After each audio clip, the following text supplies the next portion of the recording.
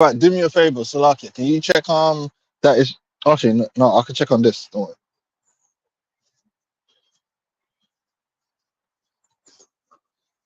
If you want me, sure.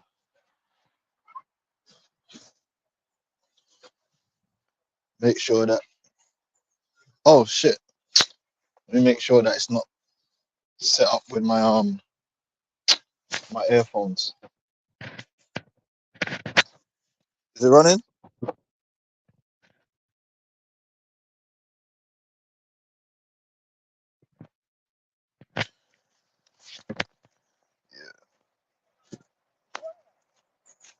Shut my earphones off.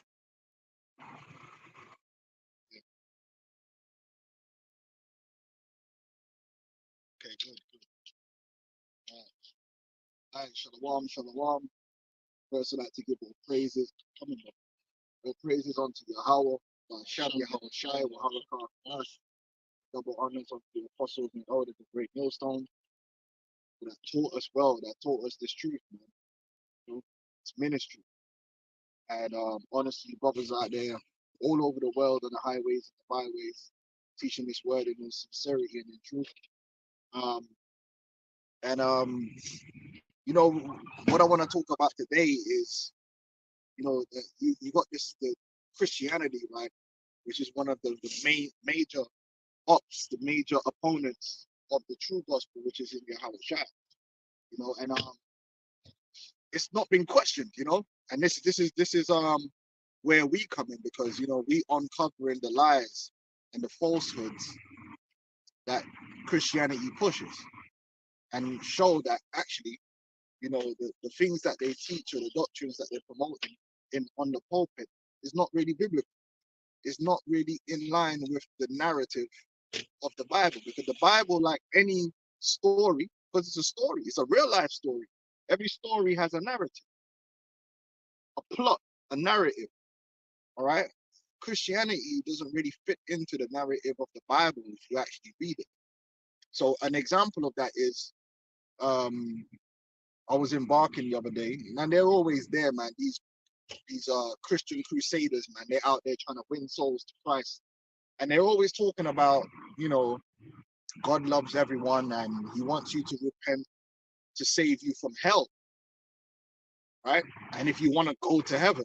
So a big part of the Christian narrative, I think, I don't know if you would agree with me, is the idea of going to hell or going to heaven. That's a big part of the Christian narrative. That's what they run with. Do you want to go to heaven? Do you want to go to hell? But the problem is that when you actually go into the scriptures and you read through the law and the prophets, the idea of going to hell as the ultimate punishment for transgression, or going to heaven as the ultimate reward for being good, so to speak, is not really a narrative that we see in the Torah or in the prophets, in the Psalms. It really doesn't exist. So where did this narrative come from? Now, ultimately, the ideology of the afterlife really goes back to the heathen. When you go into the Egyptian Book of the Dead, you know, the Book of the Dead, you got the was supposedly a cheat code for the afterlife because you could eat if you had to pass this test in the afterlife, and then if you pass the test, you could go to what they would call the Egyptian heaven. If you fail the test, you go into torment, which is the Egyptian hell. Same thing when you go into Greek mythology. You have the afterlife. You have to, you know, all this madness. You know, you got to cross this lake. You got to give the boatman a coin. So when they used to bury their dead, they would make sure they buried their dead with coins on their eyes or in their mouth. A coin in their mouth or two coins on the eyes, and that would be to give to the boatman. Just vanity. And then the boatman would take you across the river, and if you were good, then you go to the different realms of heaven, like the Ecclesian fields and all this shit. And if you've been bad, then you go to Hades and the different realms of Hades and the different torments. So all Christianity did was incorporate these pagan doctrines into the Bible. But if we go back to Genesis, let's do that. Let's go to Genesis and we read about Adam. Okay. So Genesis, I'm gonna start from 3, I'm gonna start from 7. And the eyes, we start from 8. And they heard the voice. You know what? Read up from the top, because this is going back to the beginning. Genesis 3, I'm starting from the top. Now the serpent was more subtle than any beast of the field. Now we know that the serpent represented a man, a subtle man, a deceiver, a manipulator, right? And we know that that same old serpent is back here today. That's why in the Revelations it speaks about that old serpent, that dragon, which is Satan. That's talking about the so-called white man, Esau, Edom, beginning with their elites. They are that serpent, that subtile one, that master manipulator. Okay, because that's what Esau's good at. Esau's good at psychological subversion and manipulation, telling half truths. Because there's a difference between outright what's it to like there's a form of deception where you use the truth to deceive. They do it all the time. It's like you on in their politics, you can take a statistic and take it out of context and use it to manipulate the people. But if you put that statistic into context, it will be like, oh, that's not even significant. They do it on the news all the time. They can take a statistic and make it look like it's the worst thing ever. But then if you put that into context with something else, it's like, oh, it's not really an issue. So Esau knows how to tell half truths or use different things to deceive and manipulate the people. They do it all the time. That's their power. They're really good at it. Right? That's the same serpent back then. This is what he did to Eve. Right? They know how to play on your weaknesses and your desires and use them against you. That's how they get these goofy niggas in the entertainment industry to sell their soul, because they know what they want, they know what they desire, and they use a way to manipulate them to get what they want. But in the end, them entertainers never really truly get what they want, and then they get taken out. Go on. Which the Lord Most High had made, and he said unto the woman, yeah, ye, as Most High said, ye should. Man, let me say this: ain't no woman gonna talk to a fucking talking snake, man. Anyone that's got daughters or got a woman, hey, yo, can you imagine, brother? Imagine like your woman's just in the yard, like, and a snake just roll up in the yard. Period. Let alone the snake start talking. You know how mad that would be, but the screams will be heard on the other side of the earth. You know how mad it gets in my house when there's even a spider. Nah, it's not an actual serpent. It was a man, a deceiver. Yeah, go on. Yeah, go on. Okay, is that the best? No. Okay, yeah, go on. Yeah, okay, cool. It's the book of Psalms 58 and 3. I say, the wicked are estranged from the womb. They go astray as soon as they be born, speaking lies. Yeah, you see that. Listen, man, these devils, man, like look at them Israeli ambassadors, bro. Them man are expert, yeah, at dodging and gaslighting and twisting and turning all over the news. Like they get hit with facts, yeah, and they just Uno reverse and full counter. You know what I'm saying? They're moving like my man from the deadly sins. You can't you trying to tie these men down, they will manipulate and switch this up and have you looking like the bad guy. And they're like, you got them banged to rights.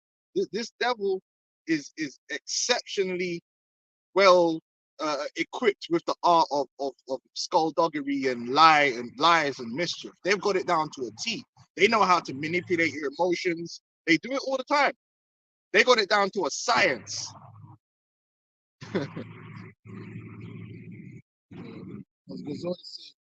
Their poison is like the poison of a serpent.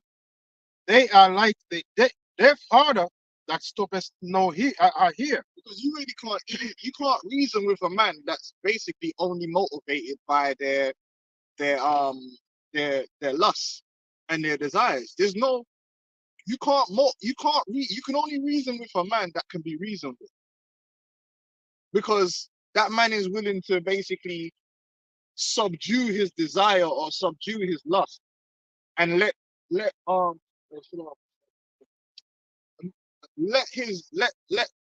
something else take precedence. Esau Edom is a man that only cares about his lust. He don't care about truth. He don't care about uh uh um he don't care. Look, if you got a piece of land and he wants that land, there's nothing you're gonna tell him or work out that's gonna change the fact that he wants that land and he's gonna fulfill that lust. So all that talking and negotiating ain't gonna get you nowhere, because at the end of the day, he his mind is fully focused on fulfilling his lust. You can't reason with a man like that. Covetous man, you can't reason with a man like that, because in his mind, my goal is to satiate my lust, and that's what's gonna happen. When they have a bloodlust, if they want to kill you, there's no negotiating, because they want your blood. There's no negotiating, and you could say something that can like when they used to catch Jake with a lot of these lynchings, the Jake they caught weren't even the Jake that did it. They don't want to hear that. Yo, like you ready? Okay, yeah. Certain times it's like, if they would just wait for reason and be like, hold on, nah, this man ain't even got the right color hair. He ain't even man, shut up. The man don't want to hear that, because they've already got it in their mind. Listen, I'm getting blood today. So it doesn't matter what the truth is. That happened in so many lynches. Man was innocent. And the evidence was there to be like, they don't want to hear no evidence. The evidence is gonna get in the way of their lust. So they can't be reasoned with. They're gonna be deaf to it. Vocab Malone and all these guys, you think they really care what the truth of the Bible is? Do you really think that? You think Vocab Malone and these goofy Christians care about the truth that is in the Bible? No, they care about what their lust is, which is within them, what they want, their agenda. So it doesn't matter what you say to them or what proof you provide them, they will never let that proof or that evidence get in the way of how they feel and what they want to achieve. Which is why for years we're going backward and forward with Vocab Malone. And how many times when we got him dead to rights on the scriptures has he said, you know what, you're right. He ain't. Even if we're right, we gonna be wrong, because he's not entering into the discourse. What's the word? What's the word when you're not entering into a negotiation faithfully? You know, when you're not when you entered into a negotiation, but you never had no intention to negotiate. You've not entered in with good faith. What do they call it? Good faith? Yeah, you've not. Yeah, he's not entering into the debate with good faith. He's not entering into debate with the thought process of let the truth reign. Whatever the truth of the debate is, let that be the winner. There's no intention. He's got no intention of anything we say being true. As far as he thinks in his mind, listen, I'm a so-called white man. You're just a Negro. Shut the hell up, yeah? Be what I tell you to be, do what I tell you to do, and just be glad that I'm allowing you to do that. That's his mindset and his intention. He's not thinking there could be possibly something we say that he could, okay, that's true. No, just look at it. Over the years, how many times we've disproved this man from the scriptures, and he's just ignored it completely. That's what it's talking about when it says he's as the deaf Adam. The man can't be reasoned. You can't reason with a man that his ultimate, when it all is said and done, it's all about his lust. There's nothing which is above him. But you can reason with a man that respects the truth, because even when what he believes isn't true, he'll be like, you know what? But I respect the truth more than myself, so I'm gonna let the truth stand. A guy that only is within himself, you can't reason with that man. You're arguing for no reason with that man. You can see it. Exactly what the scripture says. That's why he just needs to be subdued in a physical manner. Yahweh Shai ain't coming back to debate him and sitting down in the scriptures and say, go backward and forward. He coming with the iron rod. That's the only thing they're going to understand. They're not going to understand reason. Oh, yeah, so the scripture says this. And then he's just going to go, oh, yeah, you know what? You're right on that. He ain't. He ain't. You don't care about what's right. It's not about what's right. It's just about me, I want to, as a spoiled child. You know? Yeah, it's about my young child. You gonna hook this up? Yeah, Yeah, you have to probably switch the camera over. Let me take it out. While you're recording? Yeah. The technology. Slack it, okay.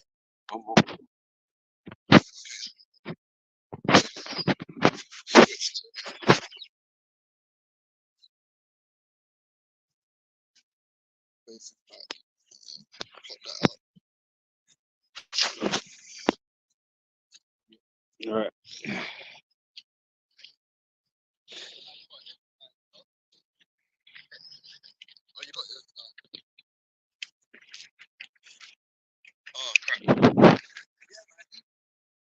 They're not you can't enter into a debate or any kind of negotiation with a guy that has no intention of accepting if he's wrong and don't care. Right? We're reasonable men.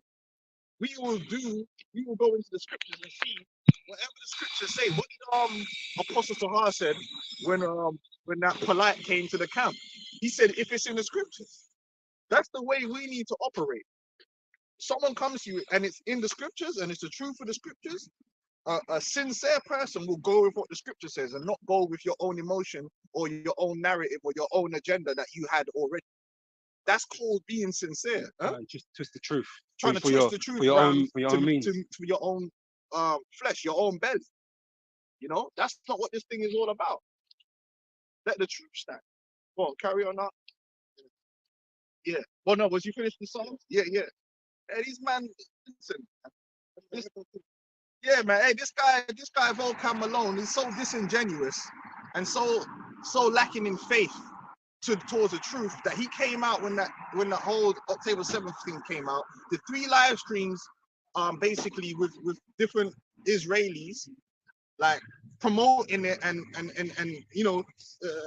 justifying it. And then since then, over 20,000 people have been killed. And I think they said 60 or 80% of that is children. And the man is quiet. All of his videos have still been about us. He ain't. That shows you the man got no. Well, it's like raising the biggest problem for them is so-called black people. So Volkan's just on that. But these people have killed thousands of people, children of God, according to him. Because are we not all God's creatures? Right? Yeah, but he don't give a damn about them. He don't care. So that shows you he's not sincere when he talks about love and how much he cherishes life. That's just what he uses to attack us. Because again, what's another scripture say? The old serpent, that devil, which is Satan. What does the word Satan mean? It means adversary. What's an adversary? Someone who is against. And at the end of the day, when someone is a Satan to you, it doesn't matter what stance you take. They're going to take the counter stance. Yeah, but it's like politics. Yeah, they do the same thing. They just argue. The same arguments over and over again. If one man says one thing, they'll just say the opposite. The opposite. And even if it's good, even if that's what they say next year, then the other. But they don't want you to win and have a good point. That's just. You ever met a man that's just against everything you say? That's an adversary. It's just totally against you. You can say that the sun is yellow, a man will find a way to turn that into an argument. Actually, no, technically, it's say, yo, brother, come on, dog. Yeah, because that's what the word Satan means. It means an adversary, and that's what Esau Edom is to us. He's an adversary, man. Volkan Malone is an adversary. It doesn't matter what we say, he's gonna come out against us until we completely just dissolve and be whatever he wants to. That's what I'm saying. We can find every excuse. Yeah. And it's like Cain. Cain made the same way. When the Lord asked him, where's your brother at? I'm on my brother's keeper. I try to get my smart. responsibility. Yeah, the devil, man. Volkan Malone and these guys are devil. We told you they're devils. We told you they don't really believe in love. We prove in Christianity, the history of Christianity proves that these Christians don't believe that they love everyone because they haven't shown love to everyone. We told you it's lies. Oh, you hate me. It's like, oh, hateful. You're hateful. We're hateful. But man on genocide charges. And you're the ones defending it. They go on that. That's a bumbleholes, man. That's why when we go reckless in this earth with the spirit, when Yahweh Shai comes back, we don't want to hear about no human rights, bro. Because you man don't give a damn about that.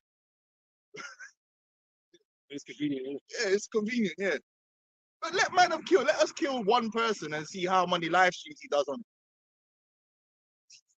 Let Hebrews like kill one child. Any bit of news like that, bro, he will be on that for the next 2 years. Like, you'll be a super chats, blood. Like, yeah, come on. All lives matter, right? Psalms 58 and 5, which will not hearken to the voice of charmers, charming never so wisely. Right? It don't matter what you say, it don't matter how you try to sweet him up or compliment him and all that. Esau can't be satisfied, man. He says death. When Esau wants blood, he gonna take blood. When Esau gonna go for what he wanna do. A lot of you, Jacob, try to appease Esau, man. Thinking that Esau's then gonna love you and he's gonna be equal. Listen, Esau will be like, all right, we're cool until you got something he wants. Then you ain't cool no more. That's just Esau. And a lot of you, Jacob, are gonna find out in the time of Jacob's trouble when that same devil shows his horns and starts killing you and your children, and you're like, raw, I thought Esau changed. I thought it was all about human rights now. I don't give a fuck about that. He'll flip on you quick. That's the thing. The whole bombing of Palestine and that kind of stuff, right? Everyone was asking, oh yeah, but they tried to minimize that type of damage. Man, straight with bombs and shit, man. Indiscriminately just bombed the shit out of everything and didn't care that other children didn't care. They shot man up in the church. They shot their own man. They shot their own man in the church, and the man were naked, waving white flags. Hey, yo, real badness, you know. That's a real badness. That's a bad man sitting right there. I said, no prisoners, man. Even the own people. I said, yeah, I shot them. Kill them all and let God sort them. Hey, yo, God. Yeah, God. Genesis 3, I'm start again. 1 say, now the serpent was more subtle than any beast of the field, which the Lord in power had made. And he said unto the woman, yea, as the Most High said, ye shall not eat of every tree of the garden.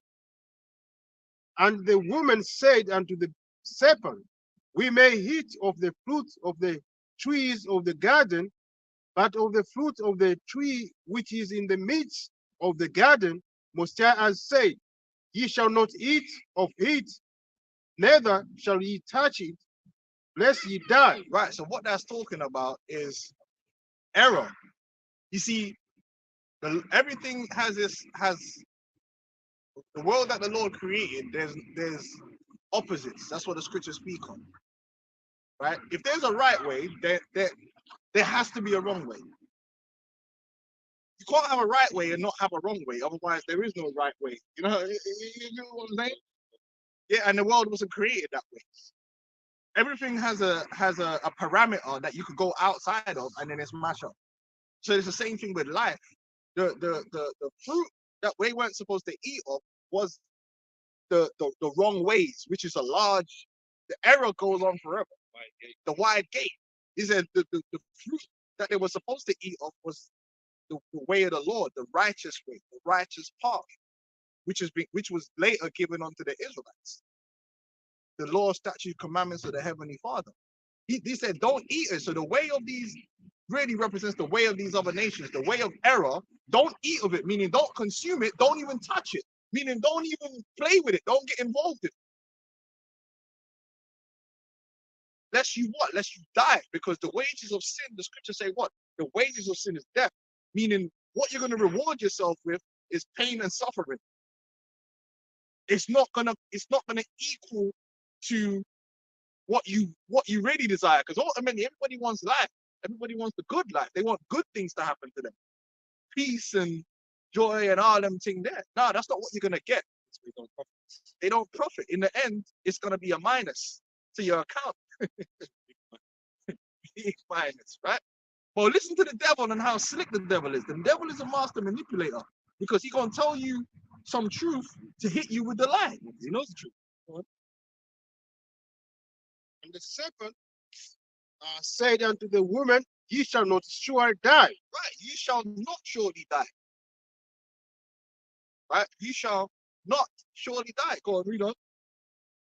For Most High does know that in the day ye eat thereof, then your eyes shall be opened, and ye shall be as powers, knowing good and evil. And when the woman saw that the tree was good for food, ambition, pride,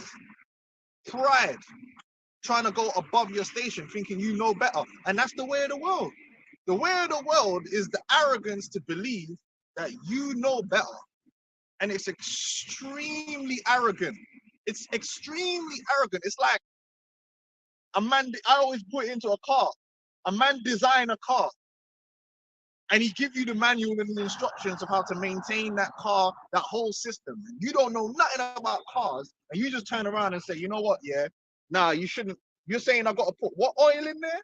No. I'm going to put this cooking oil in. A man's like, yo, you don't even know shit about cars. I built the car. I know what's going on. Use the right oil. Nah, I know better. It's arrogance. Here it is. The Heavenly Father created this entire creation down to the most minute detail, down to the atom. Every algorithm that is set forth in this system, the Most High set forth.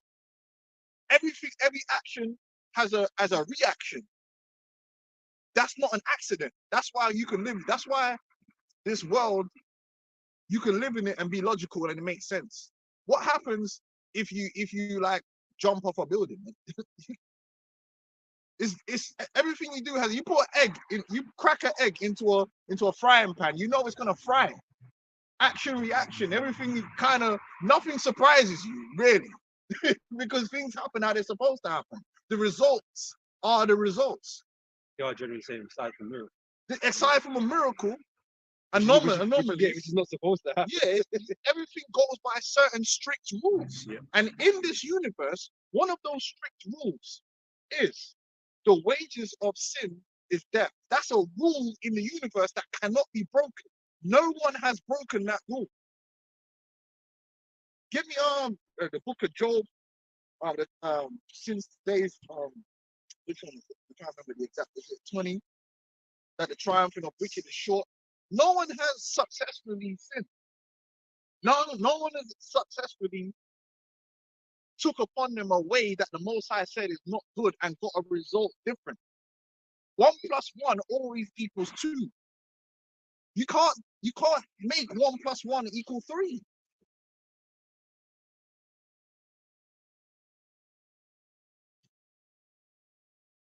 Yeah, you can't make it happen, and that's what this society is trying to put into the minds of the people. Oh, you could turn a man into a woman. Oh, feminism, that's progressive. That will make life better for you. Oh, if you do this will, if you accept LGBTQ, that will make everything better. No, That you can change the fundamentals of the world. that they're trying to teach the world that sin equals life. If you sin, it's okay. What did that Harari guy say? He said, now we got in the ancient world, if you sinned, God could flood you or he could do this. Now we have the technology that you could Uno reverse and full counter. Right. The arrogance. Can I read this quick? Sorry, can I read this Yeah, go on, man. Read whatever you want to read. This is 1 Samuel chapter 2, verse 3. I just wanted to get to the point, right? It says, talk no more so exceedingly proud. Let no arrogancy come out of your mouth, for the Lord is a God of knowledge, and by him actions are weighed. The Most High knows. He knows what's going to happen. He made the blueprint and he said, listen, if you stick to this discipline, these are the results you're going to get. But if you go outside of that, and it's true for life. Like a lot of us brothers, we're into boxing. Don't drink alcohol. Every athlete, like, what's the first thing that man tell you when you're coming into being an athlete? Listen, live a clean life. You're going to have a long career. You're going to get less injuries. Show me the athlete that has beaten that. Show me the athlete that goes out every weekend, is drinking, doing all this, doing up madness, and they're all 34, 35 still at their peak. Can't do it, man. The reality is, yeah, when you're 21, 22, 23, 24, and you're doing it, you can still turn up on the weekend and put in a performance. But what happens when you start getting to 28, 29, 30? All of a sudden, the legs ain't working that they used to. Oh, yeah. But the other man that was living clean, he's still going. Why? Because your ass was drinking and you can't beat the system. The system is the system, man. The results will be the results. There ain't no way around it. Oh, no, you destroy your body, I'll just give you another organ. They're just trying to go around the thing. You can't go around it, man. That's why they got this life extension technology, because they're like, well, if we use technology, we could give ourselves everlasting life. Yeah, good luck with that. This is on that point as well, man. It's the Wisdom of Solomon, chapter 2, and let's see now. I'm going to read verse 21 here, right? So such things they did imagine and were deceived. This is the wicked speaking, right? Then they were deceived, for their own wickedness have blinded them. As for the mysteries of God, they knew them not. Neither hope they for the wages of righteousness, nor discern a reward for blameless souls. For God created man to be immortal, and made him to be an image of his own eternity. Nevertheless, through envy of the devil came death into the world, and they that do hold of his side do find it. They think that the way of wickedness is the in thing. That's the in thing. And if you one thing you do notice is that the unlearned souls are the souls that choose the wrong way. And then guess what? Over time, they always end up realizing it was the wrong path. So many paths in life that people take is usually what leads them astray is them early teenage years, where you're young and you're dumb and you're easily influenced to do something because it looks cool. Most people that have these vices, when you ask them, when did you start smoking cigarettes? When you were like 12, 13, 14, because it looked cool and it's the in thing. Now that you're 40 and you're coughing up half your lung, you're like, you know what? Yeah, it was dumb and I shouldn't have done that. That's why most things, it's young people that you ain't gonna get a 50-year-old that ain't never been in a gang, join a gang at 50. It's men that are like 13, 14, 15, and they're too dumb to understand the perils of what they're actually doing. That's why Esau goes to kids, man. That's why Esau goes to, in fact, teenage culture. He created a whole culture that is specifically targeted at the so-called teenage area of life, and cut that area of life off from adults. So if you watch most things that are geared at teenagers, it teaches them, don't listen to anyone older than you. Listen to your friends. Listen to entertainers. Don't listen to your parents. Don't do the. This is cool. If it's cool, do it. They just don't want you to have fun. Then what happens? Britney Spears and all that shit, you know? They target that, man. No, but you know, the wicked, they think like doing their own ways, like a cheat code to receive the same benefits as following the law, following the Most High. But there's no cheat code. There's no shortcut. No. There is only one way. Wide is the gate that leads to destruction. Yep. Right, but narrow is the way that leads to, was it everlasting life? Yep. There's only one way to get that, to achieve that, because as a men are meant to be immortal. Well, at least the righteous men are meant to be immortal, the elect, right? But you can't get that by any other means. You can't do it your own way. You have to do it through righteousness. But these people think that they have a knowledge higher than the Most High. That's why I'm like, listen, if the scripture says that's the way to do things, how can you turn around and say, actually, nah, like, what, like, who do you think you are? You don't even know, like, the level of knowledge you're on. How can you, who are you that you just know better than the Most High himself? It's Most High calls worms, and causes worms and stuff, man. Because we're so low level. You ain't even been self-aware for that long. It weren't long ago you were operating like an NPC, just eating and just consuming. You didn't even know what you were. You didn't even understand what you are. You like a little 5-year-old don't even know what they are. They just repeating. I'm a boy. They don't even know what a boy is. They don't understand that. They just, And then you could put 10, 15 years on the, you being self-aware, and now you know more than the Most High who's eternal. This is crazy. It don't make no sense. But that's the world we live in. It's a world of pride and arrogance where the doctrine of the serpent is what dominates this world. We have a different way. We have a better way. Oh, the Bible, that's outdated. That knowledge is not cannot be applied during these times or any time. The scripture speaks about seeking ye the old ways. Going back to the origins, the law and the righteousness. No, eggs have always boiled at 100 degrees. Water's always boiled. The laws, the Bible, the truth of the Bible is just as much science as any other science there is. Science just means knowledge, right? It's knowledge. It's what is. The way of life has never changed, and it will never change. And how do we know that? Because the kingdom of heaven is going to be forever, and it's the same laws forever. It doesn't need to be updated or upgraded or changed or down. Yeah. Yeah. These are the time people that makes it more complicated. Ain't never gonna be a time where two men rooting around in the bedroom is productive or the right way to do things. It's always gonna be the wrong band. You know what I mean, man? When's that gonna change? Or feminism, like all of a sudden women become superior. This is Galatians 6 and 7. Be not deceived. Most High is not mocked. For whatsoever a man sows, that shall he also live. Right? If you sow evil, you're gonna receive evil back to yourself. But you see, the elites through witchcraft, and that's already what witchcraft is. The scriptures speak about witchcraft being rebellion, and a lot of when you really understand what witchcraft is like the ideology of utilizing knowledge to manifest your own will without consequence. So it's like, that's why they'll be like, oh, I want to do a ritual to empower a talisman to achieve this goal and bypass the Most High. Whereas we're like, no, pray to the Most High, and if the Most High will, His will, that's humility. If the Most High will, They don't want to leave it. but they don't. It's not for them. They think it's in their hand.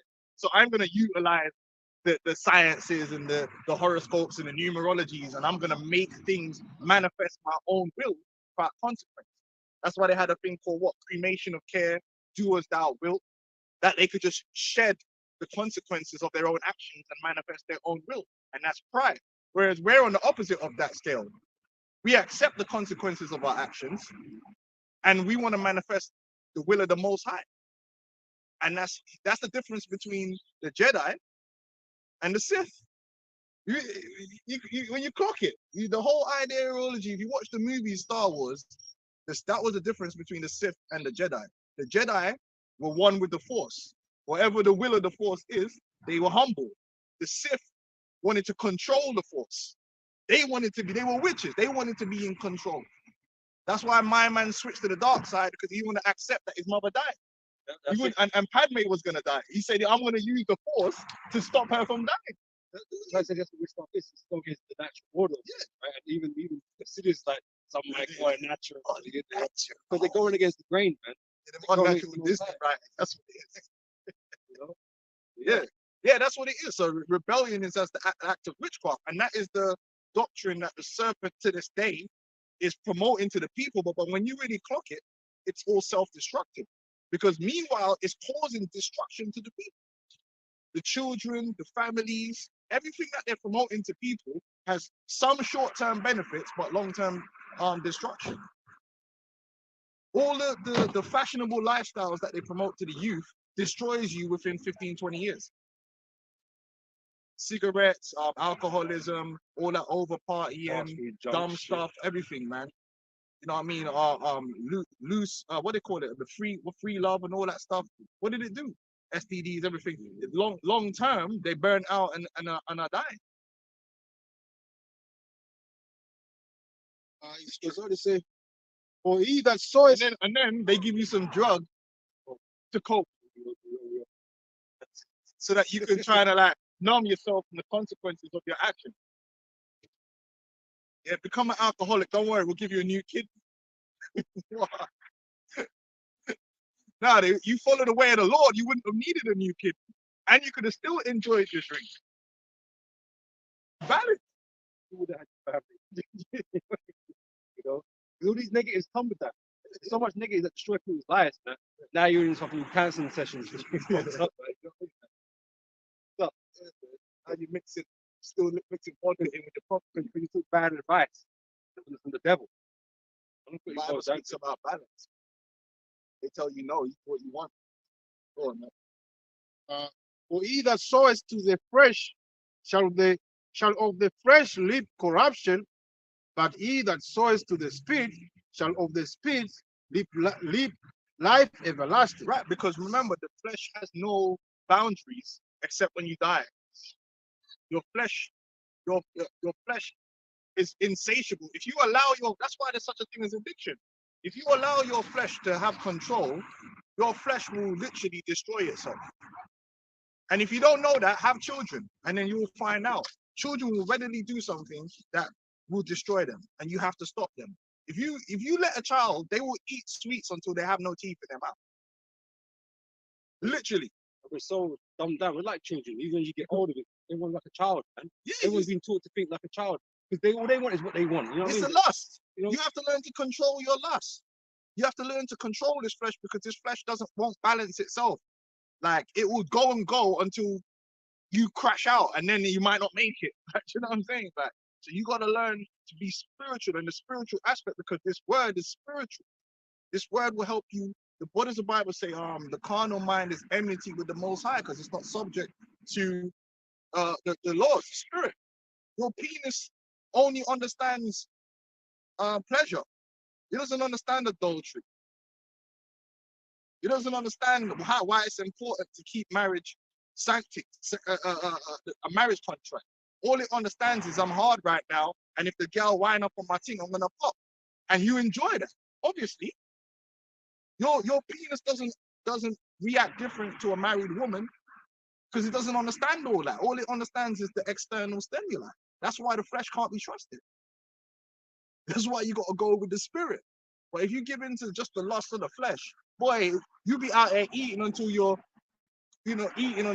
obese, drinking until your kidneys are falling apart, or some other madness that's gonna destroy you or destroy your family because you're not in no balance. Oh man, bro, you could eat something that tastes good that will kill you. But something that tastes bad is good for you. Like could be bitter. You know what I mean? So that's why you have to apply wisdom and spiritual understanding of things, man.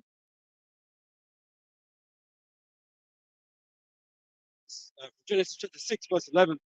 And the earth also was corrupt before God. And that's Esau's MO, to corrupt everything on the earth. Right? He's taking things back to the flood era, man. You know, where corruption is rampant. Yeah, when the laws allows everything to operate with beauty and order. When the law starts getting broken, no one likes that, man. You won't. How do you feel when you're stolen from? When something is stolen from you? You don't feel good. That's why you shouldn't steal either. And then once that contract is kept between everyone, how much better is life when people don't steal? How much better would life be if you lost something and people went and found you? How does it feel when you drop something and someone goes, oh yeah, yeah. Here's good in the office. So that's why the laws are there, because it keeps everything working beautifully. You start breaking the laws, it's a rift.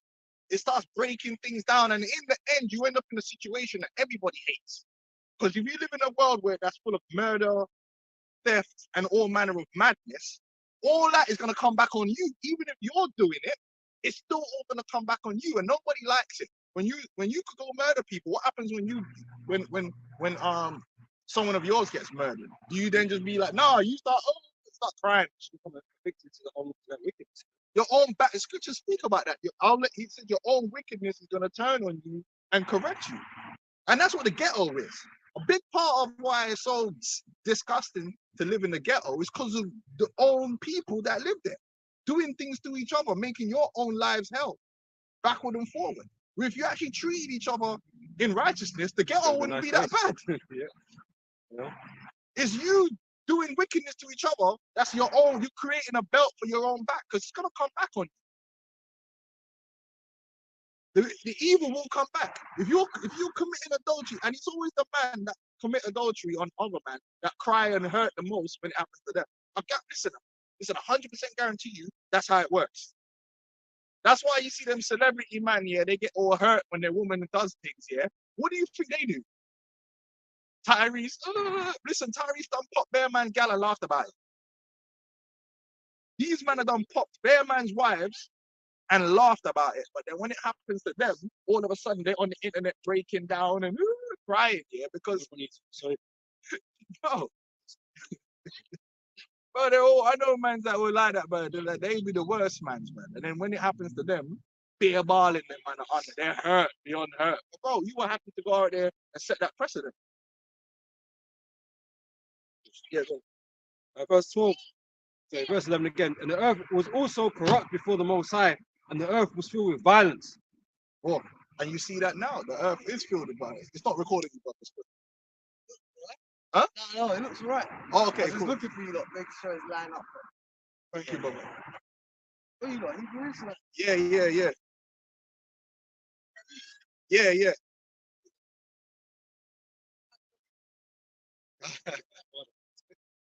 Bless, brother. Yeah, the violence is like breaking the commandments, man. That's an act of violence, man. Going against. And we see this world is so filled with violence, right? That the violence is normalized. That something even more, the only time people take notice is with an extreme version of violence. Like, no, I mean as in like now. So for instance, yeah, like a man getting stabbed now is not even a thing. Like in London, are you getting shacked up inside? That's Tuesday. That act of violence is normalized. That when it happens, it's like, oh yeah, it's not even a trauma. Now you go to another place in the world, a man head coming off is not a trauma no more because man head coming off so much. Like that the third world, we get shocked at the level of violence. Man, some brother sent a video the other day. The man's head was bust where I was telling this brother, the man's head was, all you see is like a flesh, blood, a mass of blood and yolk, and bare hands gripping into the back of man's head, pulling out the yolk. Man, but it's like, they're like, It's like some zombie thing. it's like, bro, look, it's like 10 man pulling the yolk out of the back of man's head, yeah? And then next thing you know, man's lifting up man's head, poking his eyes out, pulling them out. Now, where they come from, that's Tuesday.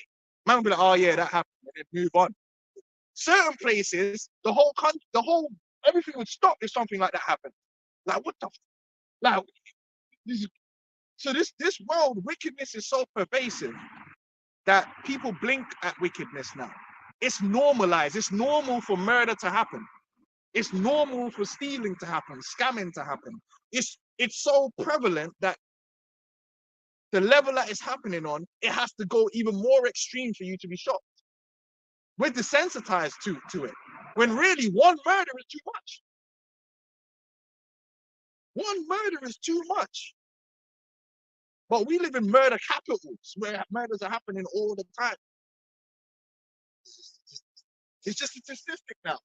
It's not even they call it when a story is really mad, that'll be like for a week, 2 weeks. And if a story can only last a couple hours, then you know it's normalized. Nowadays, violence is so normalized. Yeah, man, get shut up. Literally, that news ain't even big for 2 hours. Oh yeah, that happened. There's like built-in parts of society. That's It's part of normalized. society now. So it's just like how it was before the flood. The earth is filled with violence. Even war isn't shocking no more. When they announced that they were dropping their missiles on the Houthis, ain't nobody blinked. Oh yeah, okay. Because it's like, oh, what's new? This is always happening. It's not a shock. Now imagine the earth was in complete peace for the last 200 years and that happened. What the fuck? Someone dropped missiles? What the hell? The whole world would come to a stop. Yo, what's going on? Like here, like what? Now it's like, oh yeah, oh that man dropped the missiles. Okay, scroll. That's a fat booty. Yeah. Yo, that's what I'm saying. We're in a messed up time. Black Mirror settings, man. They were just distracted. Don't care about them. You're desensitized because once something happens enough, it's not shock. There's no shock value anymore. It's just normal. It's like single mothers in the ghetto. It's normal. No one thinks that it's a problem because it's everywhere. It's pervasive. Whereas you go to another place where they don't have a lot of that, just one would be like, oh shit, what's up with her? And everyone's like, this is outrageous. Whereas us is like, mama. Anyway, And God looked upon the earth, and behold, it was corrupt. For all flesh had corrupted his way upon the earth. So His there's a way. right way and there's a wrong way. it's a right And when way. you do the wrong way, you become corrupt. You know? And that displeases the Heavenly Father, man. He gets angry with that shit. Because it only just, just prolificates more and more wickedness, man. And the Most High hates wickedness. It was made to be hated. It was made to be detestable. And this is what I'm saying. They're trying to make things which are detestable. Right. You see two men kissing, blood. What kind of what thing is this? It's disgusting, like, but they're trying to make it where it's like, oh, and it's cute. No, it's not, Brad. Nobody wants to see that. Most people have a reaction to seeing something like that for a reason. Because it's just wrong. Two men with beards, lip locking, blood. What are you doing, brother? You know what I mean? Like, yo, kill it. No, don't kill it. What I'm saying is just, it's horrible, man. It's disturbing. It's absolutely disturbing, but they're trying to make it like not be disturbing. No, man, it's not right. Weird fiction should bust and just set them off. They're lightning for that. It's not right, man. But Esau trying to flip. That's why I said the turning of things upside down, man. You can't make a stink a beautiful smell. Shit ain't ever gonna be a beautiful smell. Shit is the Most High made roses. Roses smell sweet, and shit smells like shit. Stop trying to twist up the thing. You know, and that's like it's something like anything that smells bad smells like shit. That's how bad it is. It's just like shit. It's like detestable. You know. Verse 13, and the Most High said unto Noah, the end of all flesh is come before me, for the earth is filled with violence through them. And behold, I will destroy them with the earth. Yeah, violence. Now it's funny because when you go into the kingdom of heaven, what is it going to be? There's going to be peace. There's going to be peace, man. The world is going to know peace because the violence, man, is most of it is just as a result of just nothing but wickedness and the flesh. Let's go, man. We got something? Yeah, bring it. I mean, this is Matthew 24 and the 12. Even that, but that guy knew about the Hebrew Israelites. So more and more man know about the Hebrew Israelites, man. That's why Volcam Malone, he's got a lesson coming up talking about how the Hebrew Israelites is growing. You're damn right it's growing.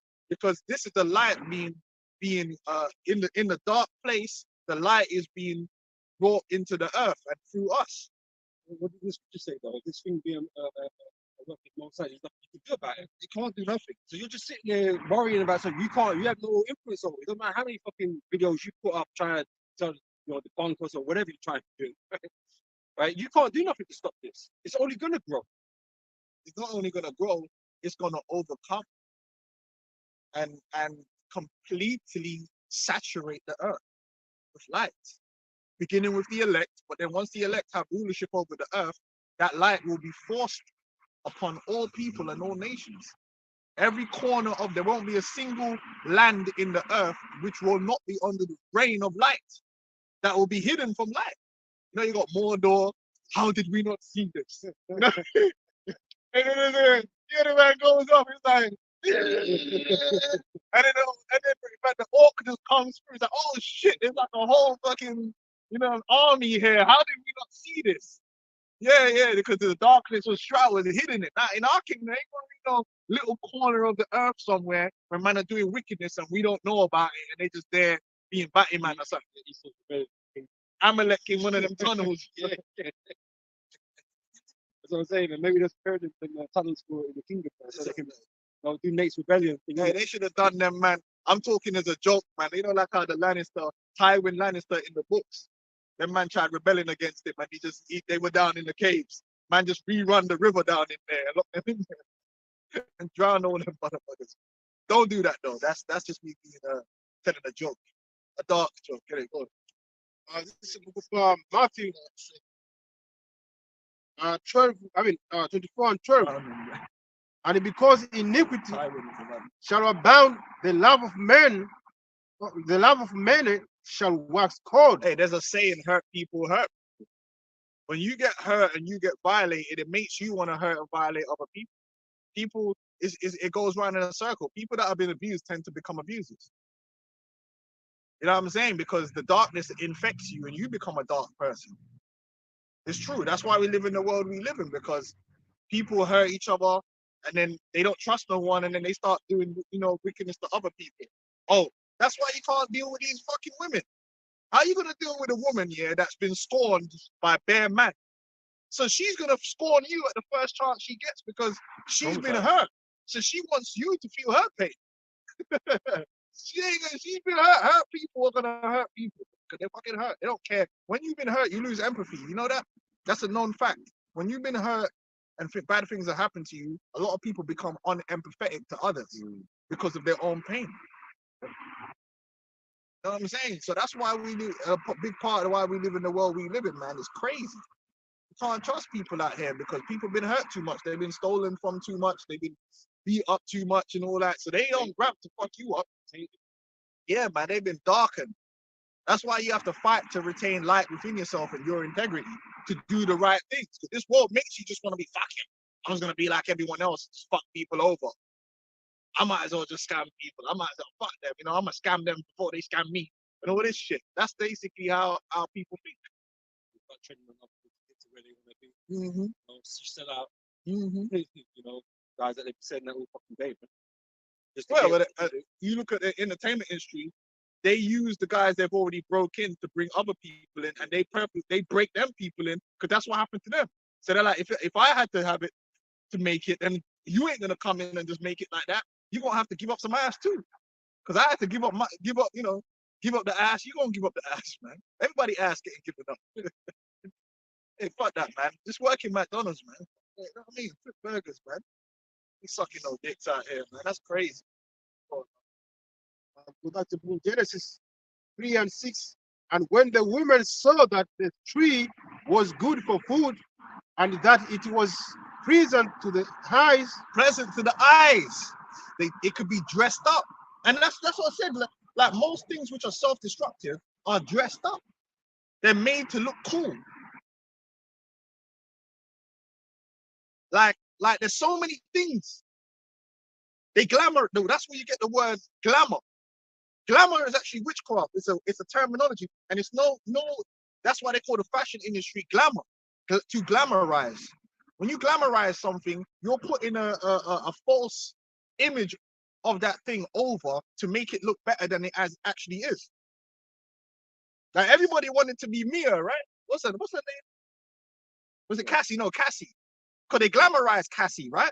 Meanwhile, Cassie was getting done out like a Jersey by a P. Diddy and everyone. Her life was a hell. But from the outside, it was glamorized to make you want to desire to be her. Modeling. Modeling is one of the worst things you should ever do. A model is nothing more than a prostitute. And they run modeling the same way they run the music industry. They get you into debt. So when you join up with these modeling agencies, everything they have you do goes onto your balance. So when they drive you around, when they fly you around, it's on your balance.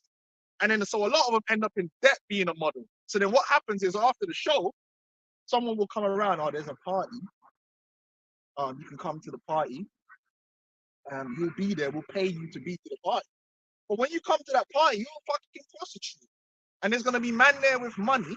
So you got to be there, and then they'll give you extra money to do things like suck them off and all those things. Now, obviously, and they got cocaine and the drugs and all them there. Obviously, if you're broken in debt, you're gonna take the fucking money in it because they've already put you in a compromised situation. They get you on the drugs, like you said. They get you on the drugs and all that stuff. But then you're not gonna see all that fuck shit that they got to do, sucking some old Jew's asshole, dirty ass. All you see is the fact that they're on the magazine and it's all glamorous and they're smiling. So that's how this society gets you. They dress everything up. Feminism was dressed up.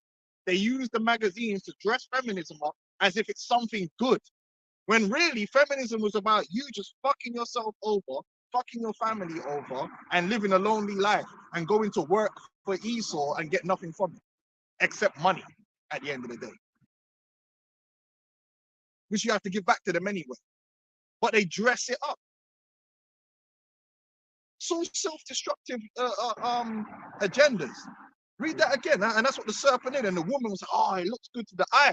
Because if some things, if you look at it at face value, like yeah, but then you got to look deeper. You got to look beyond face value. You got to look beyond the short term. That's called wisdom. You can't take everything at face value. Yeah, it sounds, that party sounds sick. Everybody in there got STDs, brother. You gotta just leave that party alone. Sometimes you gotta allow it, sir. It looks good from the outside, but bro, you see them passport bros going to them third world countries, bro. Them baddies over there, blood, they've had more dicks than meals, bro. They got AIDS, man. Passport bro come back with AIDS, bro. Sometimes it looks good from the outside. It's rotten on the inside, bro. Due diligence, man.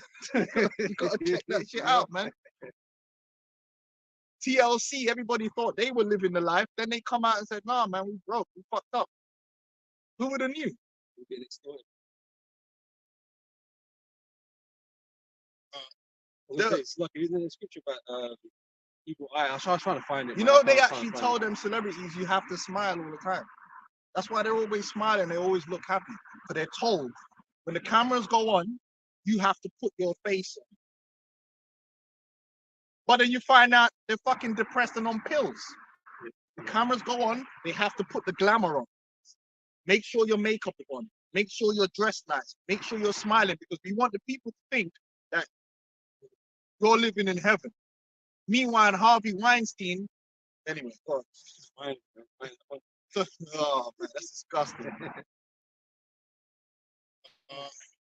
Genesis 3 and 6 again. And when the woman saw that the tree was good for food, and that it was pleasant to the eyes.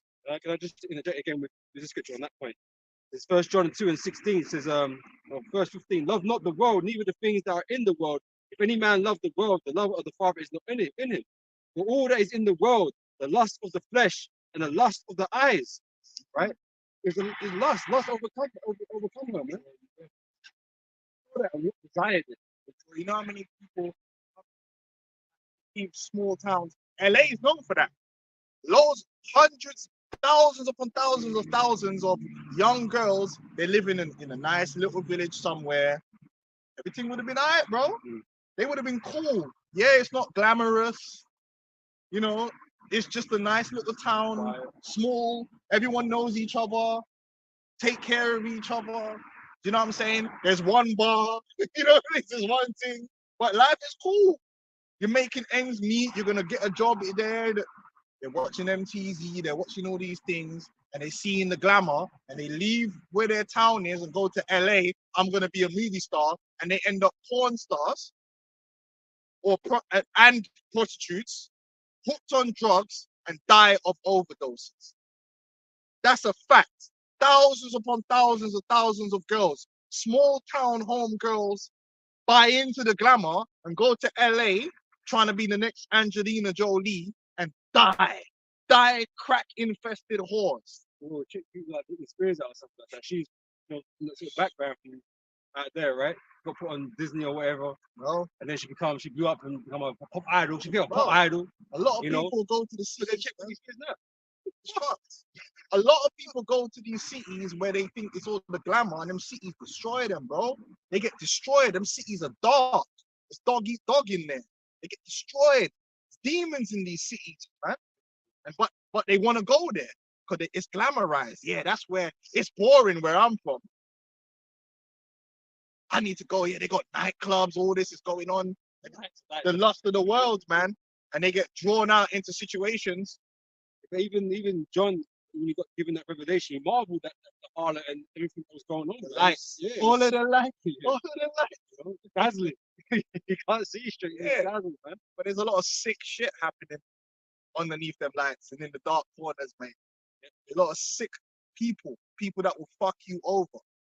people that will murder you, people that will set you up, that you weren't gonna have in that small little town. Because the man them in that small little town were like family. They cared for you. Not in LA. LA, everyone's just trying to get a piece of Love ability to wax cold, man. They don't care, man. fuck, man. You be out there in the street on Skid Row. Fuck. Just talk about it. Has been. It's true, man. Yes, back is if all that is in the world, the lust of the flesh and the lust of the eyes and the pride of life, thinking you're going to make your life better. Yeah. You know, You want to get all these things and all that, but they coming for cost. It comes in for cost, man. so it's not of the Father, but And it's of the social world. media's made all that worse because social media has just made it where all these things, the lust of the world, are just in your face 24/7, man. That's why you got to be careful. Even got to be at home, TV or no more. So, You know how many people live their life, especially these women, they watch all that Kim Kardashian and they follow her on social media, and Kim Kardashian's life is completely glazed, man. It's glazed and glamorized. Kim Kardashian is actually a prostitute. They don't ever really show that.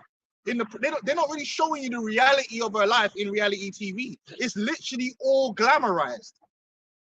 This girl was fucking used by her parents as a piece of meat. Her mother, she done a fucking sex tape, 3 of them, and her mother reviewed which one to release to the public. Now, if that's what,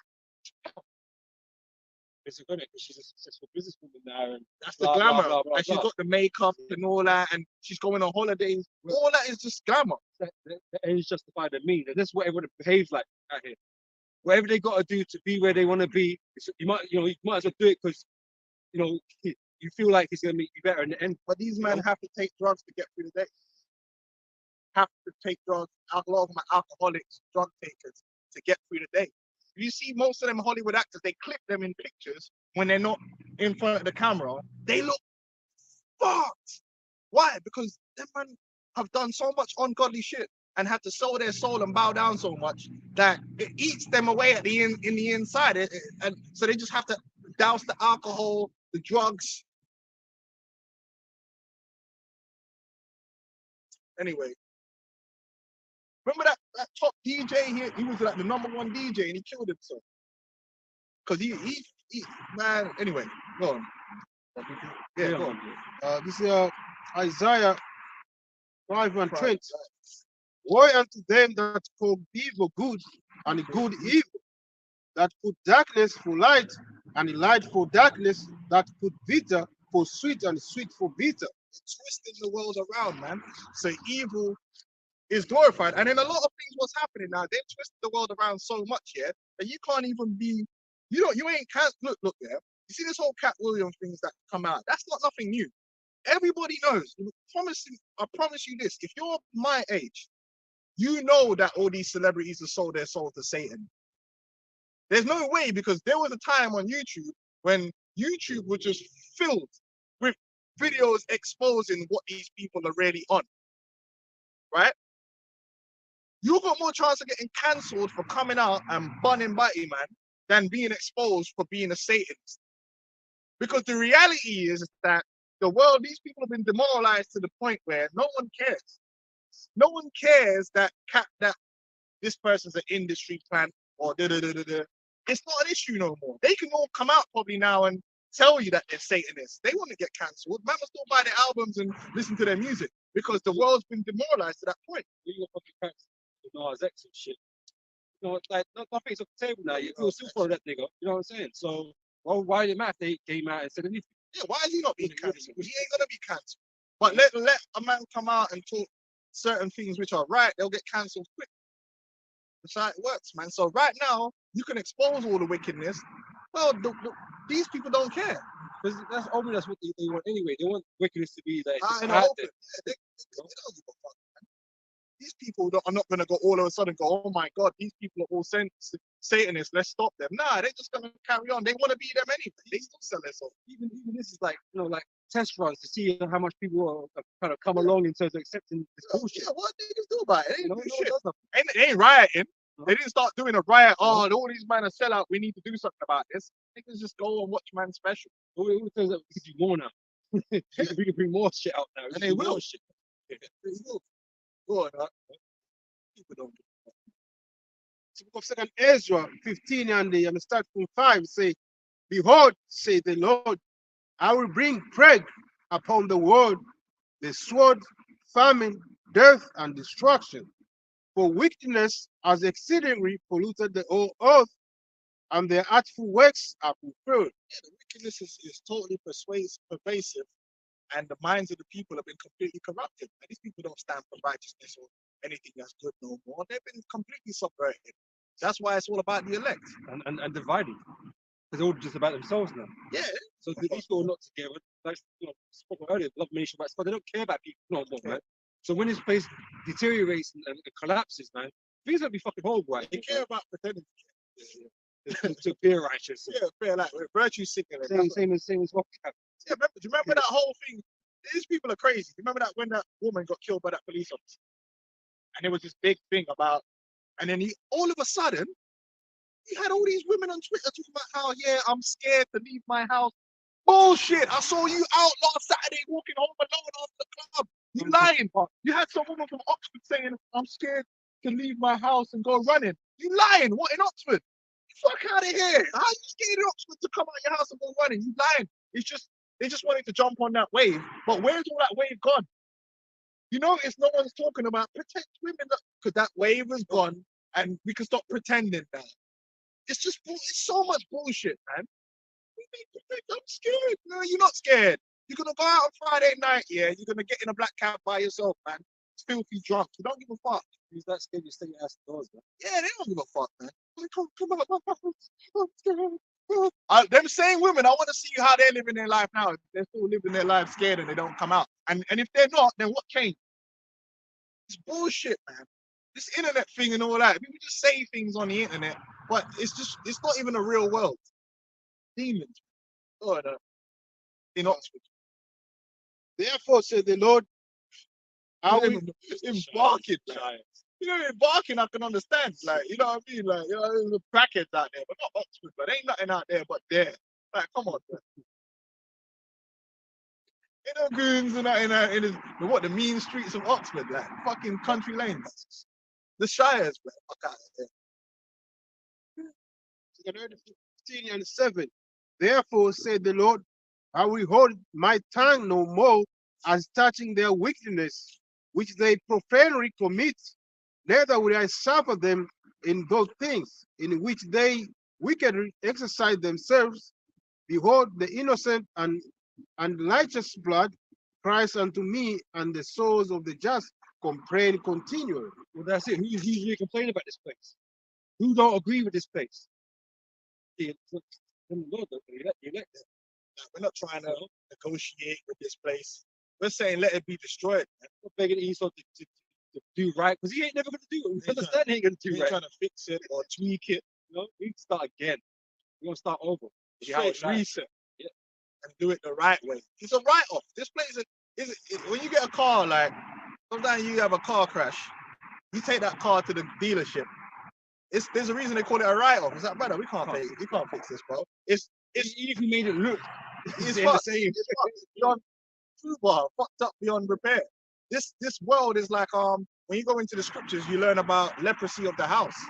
There's a point where it's like, yo, you take the stones, you can't even reuse the stones. You just need to burn it all and build a new house with fresh stones, man. That's this society in this world. But that's the foundation, right? Strong foundation. You can't build upon this foundation. You can't like take some of it away and build new stuff on it. You can't do that, man. It has to be leveled.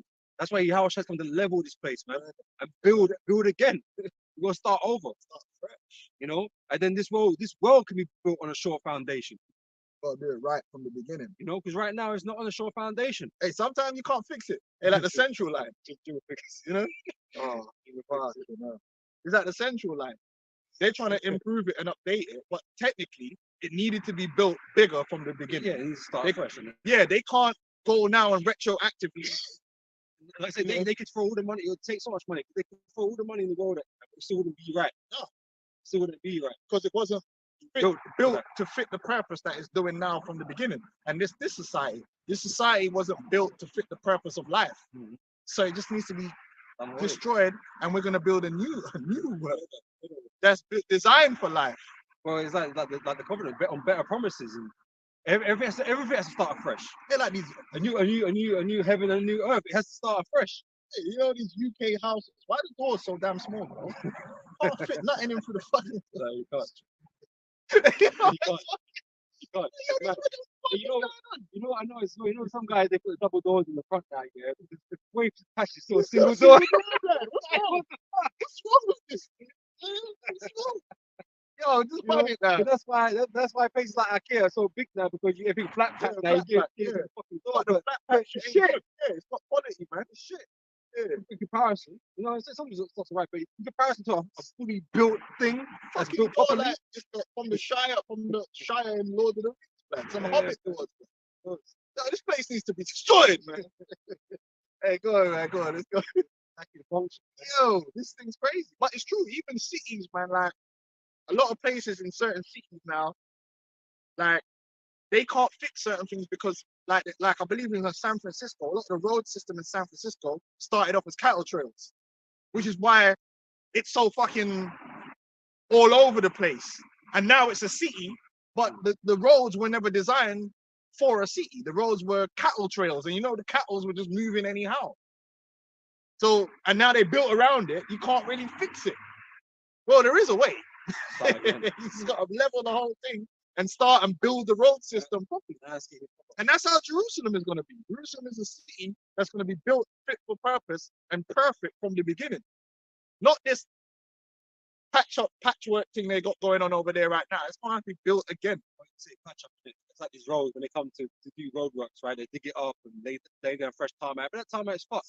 The new tarmac don't even last long. Oh, but you know what? That's a good point. You know, when you got a hole in the road, really, you can't come and add new tarmac on top of it because it falls apart. Or It's like new cloth or garments. Yeah, you can't. You need to basically do. That's a good point. See more science, man. It's more science. Yeah, he's a smart brother, man. I didn't think about that. The garment, you can't. Yeah,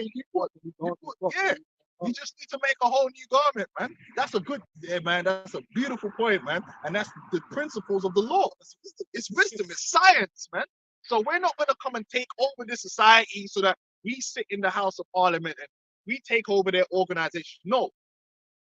Burn everything down to the ground, and we're going to set up a whole new heavens and a new earth wherein dwelleth righteousness. And that's why it says new. Because we're not going to take over the UN or take over the American government and put our people as senators and who vote. No. Ras the whole thing. Remember, there's not going to be no remembrance of Esau, man. That includes these organizations that he built, everything, man. I was in the criminal court wearing them dumb wigs, man. You know what I mean? Just ras up the whole thing and start from scratch in it. Sometimes you gotta do that. You gotta just start again. Everyone's fucked up a cake. But you know, no one ever wants to do that because it's a big undertaking, right? Yeah, it's a big undertaking. You're down straight. But hey, we got plenty of workers, so don't worry. Hey, you know what? Sometimes it's like that with cooking. You can fuck up a dish and you try and save it, yeah, but you can't save it. Really, you just need to start from the beginning.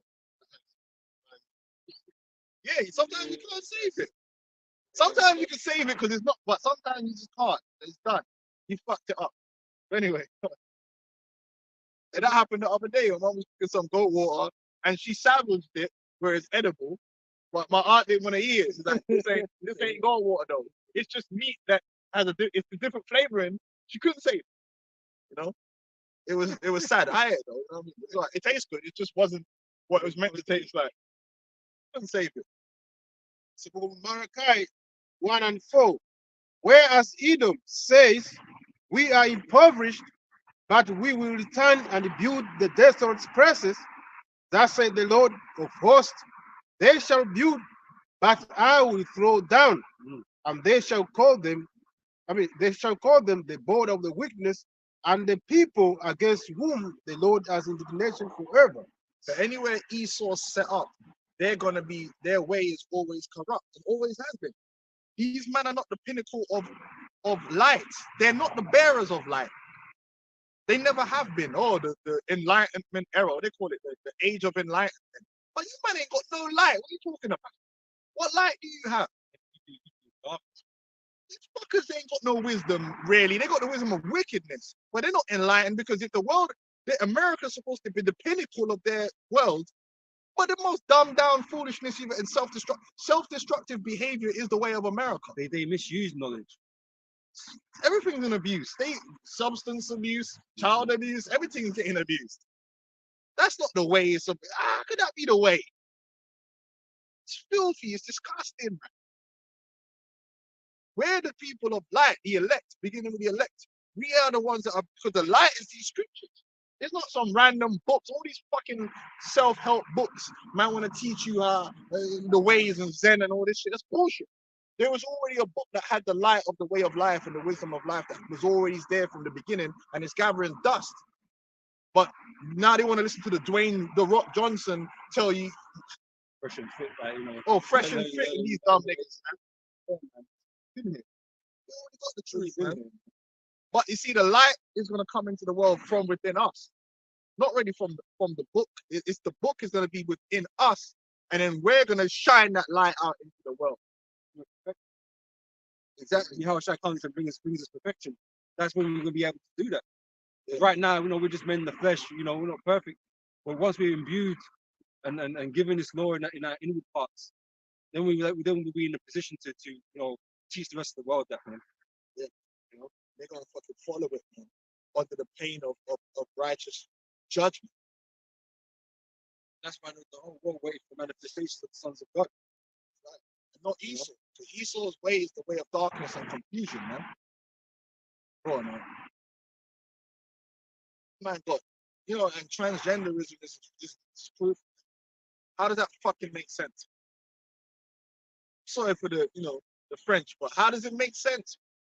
Make it make sense. How can that be progressive? Some man just need to get, you know what I mean? Head yoke to smash out their skull for real, man. Ridiculous. But, go on, man. And your eyes shall see, and you shall say, the Lord will be magnified from the border of Israel. That's right. From the border of Israel. The Lord was never meant to be magnified in Esau's land. Esau doesn't magnify the Most High. Neither is he humble to the will of the Most High. He's about his own thing. He's got his own agenda and he's pushing it in the earth. Meanwhile, he'll act like, yeah, we're going, you know, this is God. The American president will get up there and go, yeah, this is God's country and God's people. They don't care about what the Most High got to say about nothing. They got their own agenda that they're running with. Now, our kingdom, we really are going to push the will of the Most High. That's why it's going to be called the kingdom of heaven, because it's going to be the will of the Most High and righteousness being exerted in the earth through us. The righteous will of the Most High isn't being exerted by Esau. Esau couldn't give two shits about what the Most High got to say or think. He's doing his own thing, including Donald Trump. Donald Trump is doing his own thing, man. He's like he the Messiah. Fuck they talking about, man? This dude's a demon, man. Yeah, go on now. Psalms 50 verse 16. But unto the wicked God saith, what is thou to do to declare my statutes, or that thou shouldest take my covenant in thy mouth, right? Because they play that role as if they're godly people and they believe in the Most High and they try to do what's right in the world and this, that, and the third, right? But what does it say? It says, but seeing thou hatest instruction and castest my words behind thee. That's what they're really doing. They don't actually hold themselves accountable to the words of the Heavenly Father at all. Bro, you go to jail. I'm just using this as a point. You got a wife, right? You marry another woman, you're gonna go to jail, right? But your wife commits adultery, she don't go to jail. So it's like they don't even. You could say, well, okay, well, we're under grace. We don't want to administer death penalties. That's fine. But you don't administer no penalties. A batty man don't go to jail. Well, actually, they do. Actually, maybe you don't want to send a batty man to jail, but they're going to make their money. It's all efforts in there. But the point is that they don't want to try and even apply the principles of the scriptures to the world they live in. Like the other day, I was looking at this marriage thing. Bro, what it should be is everyone gets a personal allowance, right, from tax. You get the first 12,000. You should be able to take your wife's personal allowance of 12,000, the full allowance, yeah, and put it on yourself. You should be allowed to do that. No, you can only transfer, I believe, 1,200 of her personal allowance to yourself. What? How? Make it fucking make sense, man. You know how much of a difference it would make if you could take your wife's whole personal allowance, take it for yourself? She wouldn't have to work because you're the tax relief you're gonna receive. You're earning more money. You actually would. You have to two people together working and getting taxed, right? You'll make more money when really you'll have a guy that's earning more than those two people combined getting taxed more. Because I've looked it up when really it should be that if I'm making the big boy peas, I should be able to say, like, listen, I'm earning this amount of money. I'm gonna take your tax allowance and make so that makes it easier so my woman ain't got to go work and she can help with the kids. This society is specifically not designed to establish the righteousness of the Most High. It's working against you. It's oppression. And that's an easy fix. If I was running the kingdom, I'm making you could make it where you're making it where it's beneficial for people to live the way which is right.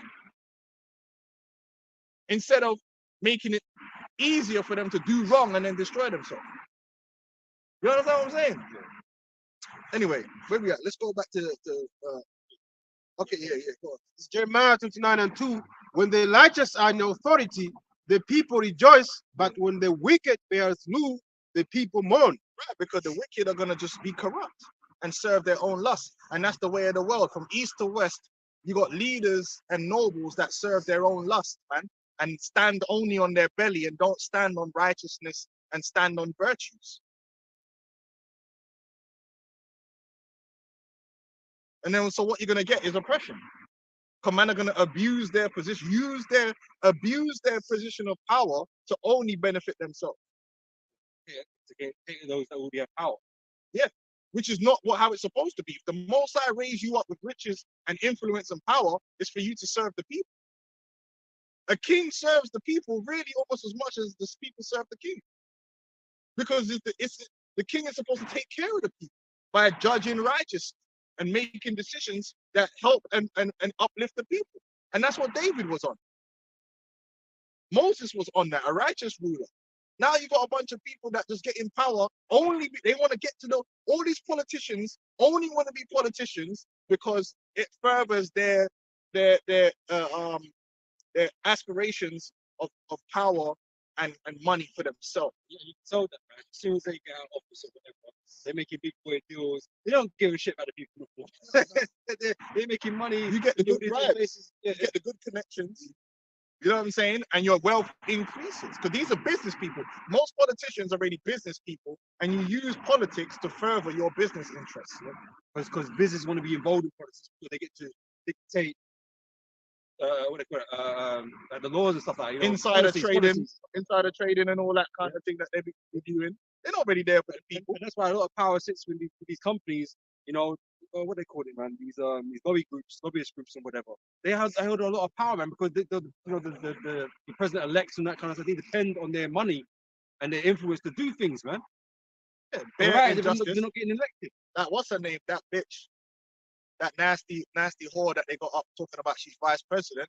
When she was attorney general, she weren't judging in favor of the poor man and in favor of the people. She's there to judge in favor of the corporations and the rich. Yeah, whatever the hell that, haggis or whatever. Hey, go ahead. Yeah, so when the righteous are in rule, the people rejoice because what do people really want? They want equity and justice. They want, if I get wronged, I should be able to come to a court and have that justice done without bribing and all these things coming into it. And that's the crazy thing as well. You want to go sue somebody, man, you better have fucking money. Yeah, they'll because the poor person ain't really no fucking courts because they like a funds. Yeah. No? A lot of times, yeah, lawyers they'll get to settle the case because you can't afford it, like to run. So justice is a verdict. That's why they say justice delayed is justice denied. Because the longer the man delay the process, the more you're just gonna, man, I can't even afford to get to the end of this. It's about attrition. Yeah. And as a small guy, little guy, you can't last that long, man. It's fucked. So the whole system is absolute joke. But that's why the 144,000 is going to be set up, the righteous courts of the earth. And when we come, we're going to judge not based upon foolishness, like who's the richer one, or Prospects of you. yeah, no, it's going to be like, what's the righteousness of the matter? It's like you were discussing earlier about truth, right? People arguing about truth. Some people just want to argue for the sake of arguing, but someone will acknowledge the truth. And that's what we're here to do, to establish truth and justice, man. Not to be biased and all that kind of thing. You know? And that's what people really want.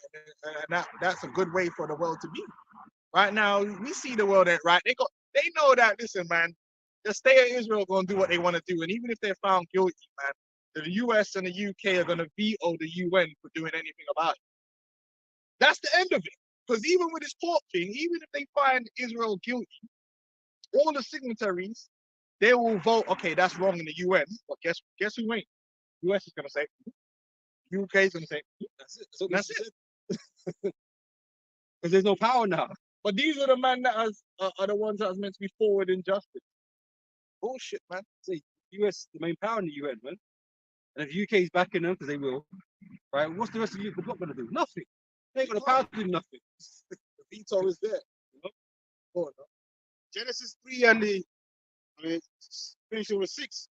And that was prison to the eyes, and a tree to be desired to make one wise. She took the fruit. Yeah, these people, there's a lot of things out there. People think they're slick and they're smart with all these wayward fucking doctrines all over the internet, all over YouTube and TikTok. Like what's her name? What's that? Priscilla. That flipping nasty, butch looking demon. You listen to her talk. She's just talking the most madness, man. And a lot of women listen to her. Yes, and she talks with a deep voice. Yeah, because and she just spouting, and I rip books, and I'm Princella this and then that. That's that knowledge to make one wise. Oh, she put me up on game. She ain't putting you up on no game. Because the way she's telling you to live has never been tried and proven and tested to do anything or to be profitable. She just spitting bullshit because she wants you to buy a book. Just like Polite, same thing. All these people just spouting bullshit, but their way has never been proven to produce any form of society that's profitable. They just know how to talk and fool your ass and make it look nice and sound nice. Oh, yeah. Scriptures is tried and proved. 40 years of peace during the time of Solomon. Everybody was happy. Everybody was happy. And that's what happens when it's applied. It's when you don't apply it. That's when you get shit went problems, wrong. man. That's when them lamentations and woes start coming. That's when man start bawling, yo. That's when Jacob, what is a song from Bantan Moja? Why? My people cry. You know, Mama hungry, Papa hungry. Yeah, I mean that's when you start singing all them songs, bro. Hey, go on, man. Hey, them curses, man.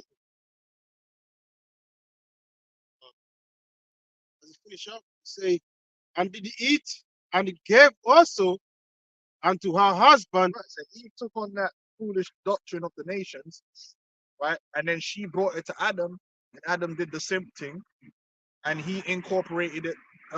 And then, but what was the result? Now the devil said, oh no, but you're gonna become as gods, learning good of evil. He was right. But what did he say to them? You shall not surely die. But they did die. The minute they started doing wickedness, you start dying. We're dying now. We're living in a world where you're actually dying every day because you're on the road to death. and that's because of wickedness and sin. Your body's deconstructing and dying, man. Like we know earlier, man was meant to be immortal. Anyone's gonna live forever until he touched sin. That brought death in him. Although he didn't die that day, but he was on that clock. Now, going back to the original thing, because you wasn't here, I know we've gone on a long thing. But my point is that why didn't it say? Well, let's read it, and we're going to get to the point we want to make. But we're going to let the Most High say, what he has to say too, of course. God. And did eat, and gave also unto her husband with her, and he did eat. And they That's had why, as a man, you got to stand firm. A man is supposed to be the pillar in his house. Strong pillar. You know what a pillar is? A pillar holds up the foundation.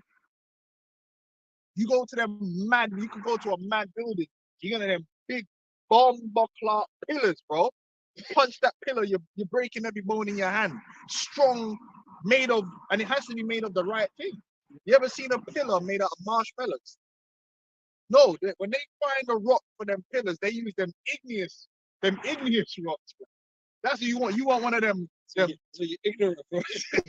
Hard, You want one of them hard. granite rock, them hard granite or some basalt.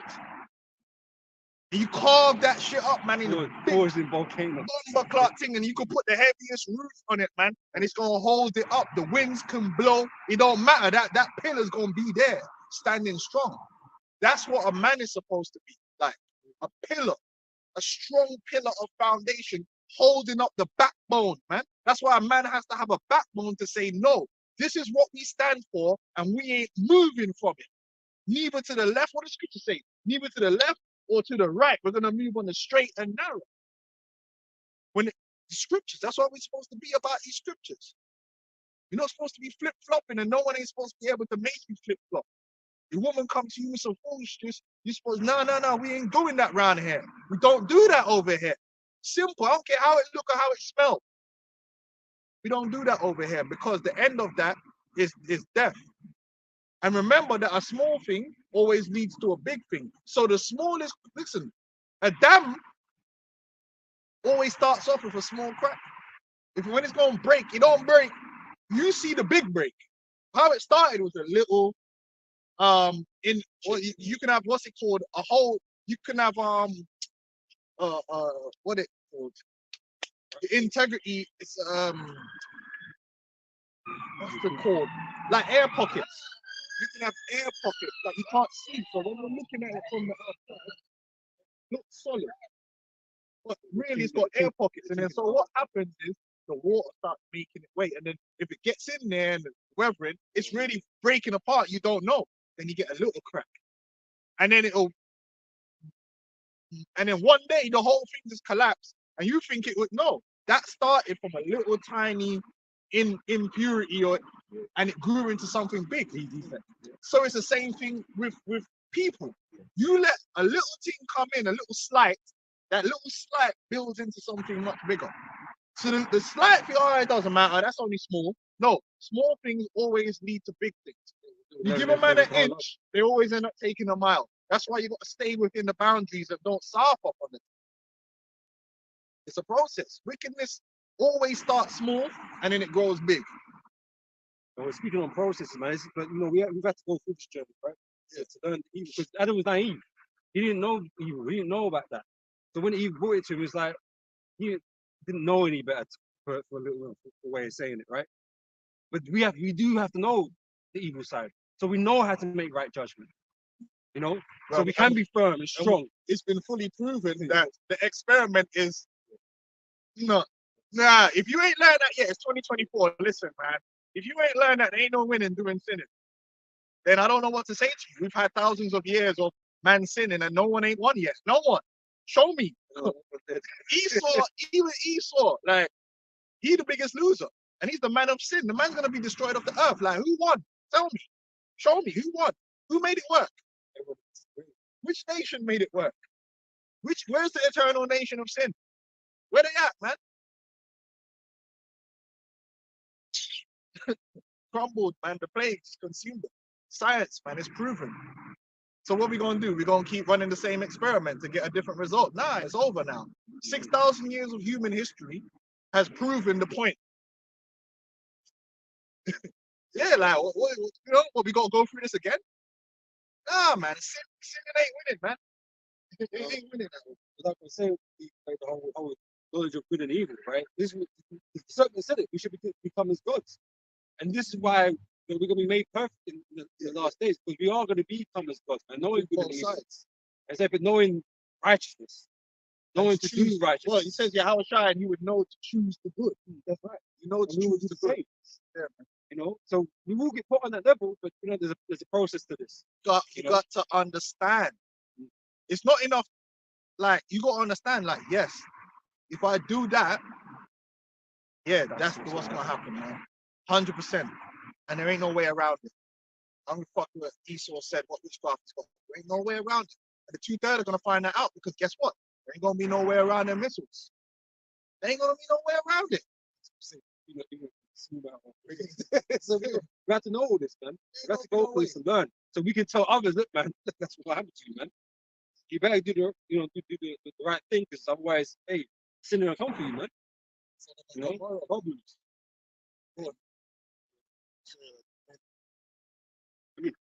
Men are gonna be what? The foundation. Yeah, that's it. Man's supposed to be that pillar. And that's why in this truth, it's going to go back to that. That the man is the pillar. That's why the woman ain't supposed to teach or usurp authority over the man. Because the women are not pillars. The women are supposed to be there to be under that pillar.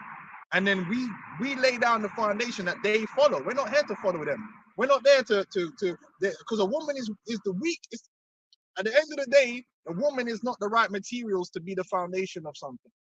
They can't bear it, man. They're gonna break. They're not there to bear that backbone.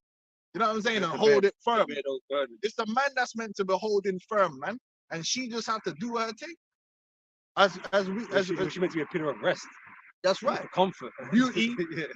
We give her the thing to run with. That's the type of material that you are. You know, for that purpose.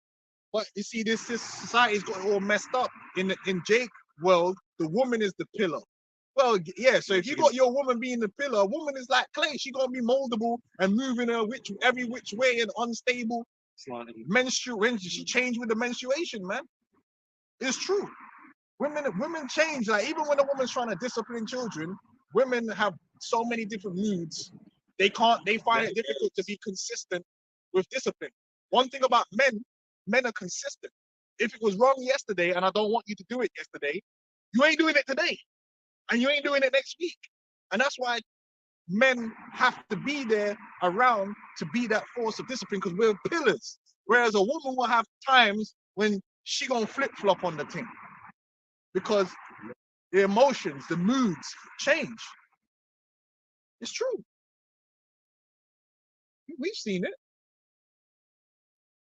This is the book of Revelation 3:11.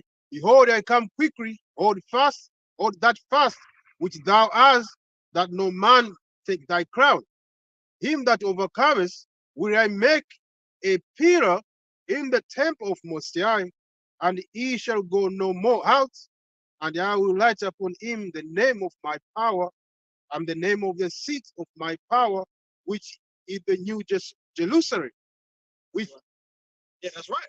So the man is the pillar and the woman is there for the decorations. And you need that. You need the decorations.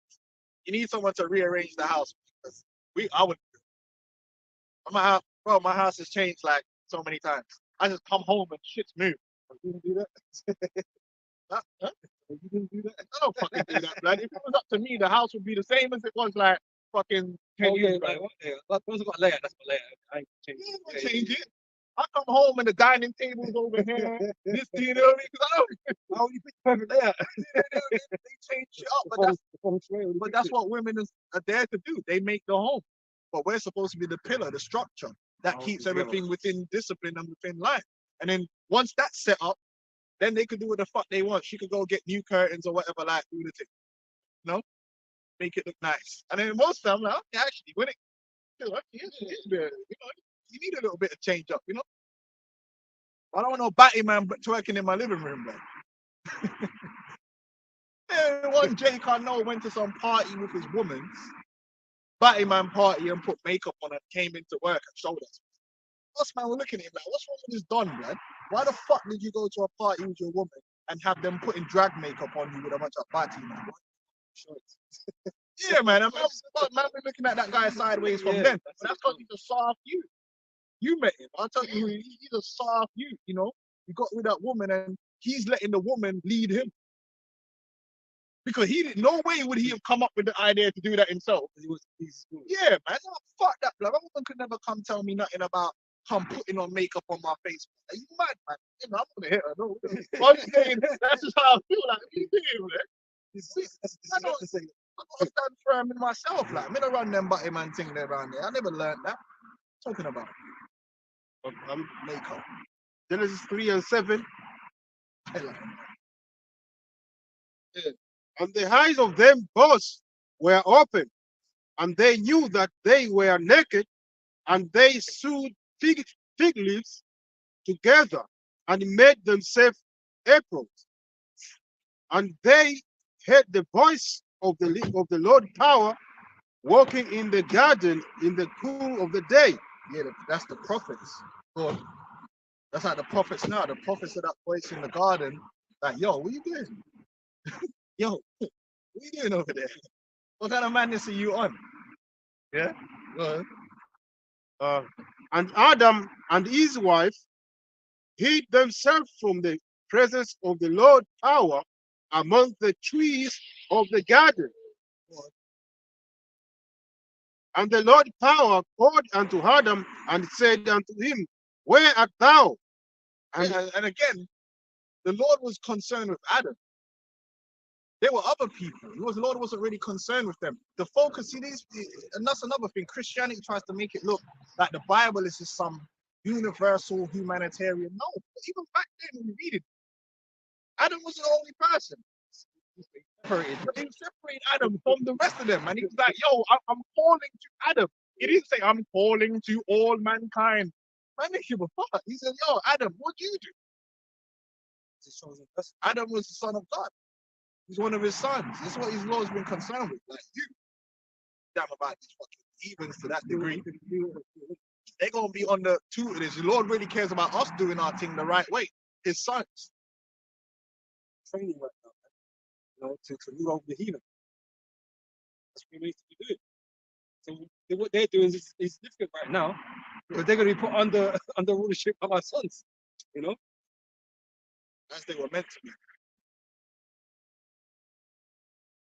And he said, I heard thy voice in the garden, and I was afraid, because I was naked and I hid myself. And he said, who told thee that who told thee that thou was naked? What's made you shame? Hast thou eaten of the tree whereof I commanded thee that thou shouldest not eat? And the man said, the woman whom thou gavest to be with me, she gave me of the tree, and I did eat. Which is true. It was the woman that brought that into Adam. But again, that wasn't an excuse. And it's not going to be an excuse today. So you got to stand up as a man and hold accountability. Like, oh yeah, my woman, listen, bro, consequences. So you got to stand up and be firm as a man. And that's what we're learning. Stand up and be firm as a man. That's the accountability. And the woman, don't listen to the fucking serpent.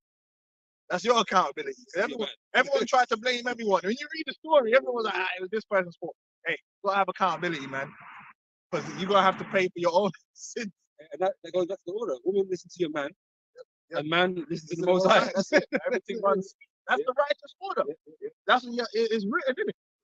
The head of every man is Yahweh Shai. The head of the woman is the man. Once it runs in that order, everything, yes. You start disrupt that order at any point in that thing, then shit just starts going left. End up like Dwayne Wade.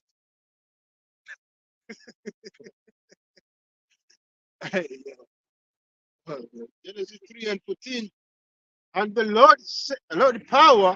Lord power said unto the serpent, because thou hast done this, thou art cast above all cattle. And that's Esau. Esau is the one that's cursed above all cattle. Because that manifested itself in Cain and it manifested itself in Esau. They're completely effed. Esau, Edom is effed. He's effed, man. Like, they're done. They're going to be removed. Because everybody wants to be here. Cut the bullshit. Like, yeah, obviously, when you're catching hell, you don't want to be here. But really, when everything's running good, you don't want to leave. It's true. When you're having a good time, you don't want to die in that moment and leave. You want to stay here. The hell they still want to be here, man. You know, they don't want to die. I don't want to die yet. You know, they want to build. They want to do things. They want things they want to achieve and do. Right? No one wants to go. But this is the spot, man. It's called Aidan. Earth is the spot that we was created to be on. This is the creation, man. You know what I'm saying? Like, he's gonna get X'd out, man, forever. He's just not gonna come back. It's like, you got a good club and then man just get a lifetime ban. You got a lifetime ban. You can't ever come back in. That's Esau. They're the only nation of people and the only animal. There's nothing else that's getting a lifetime ban. It's just him. You out of here, man. Yeah, go on.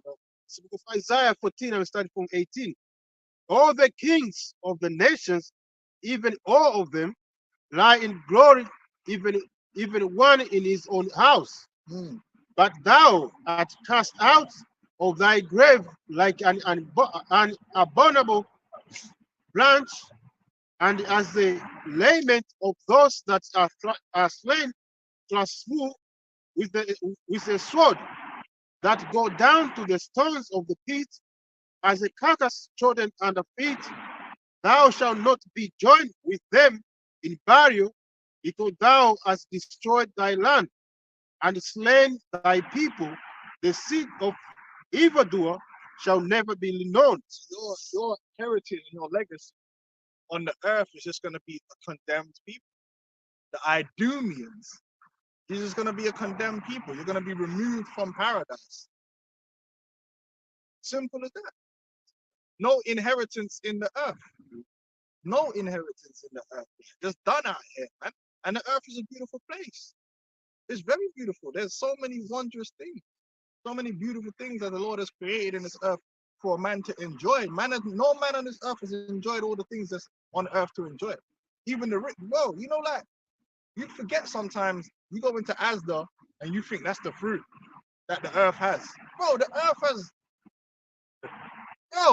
so many variations of fruits and vegetables and all these things.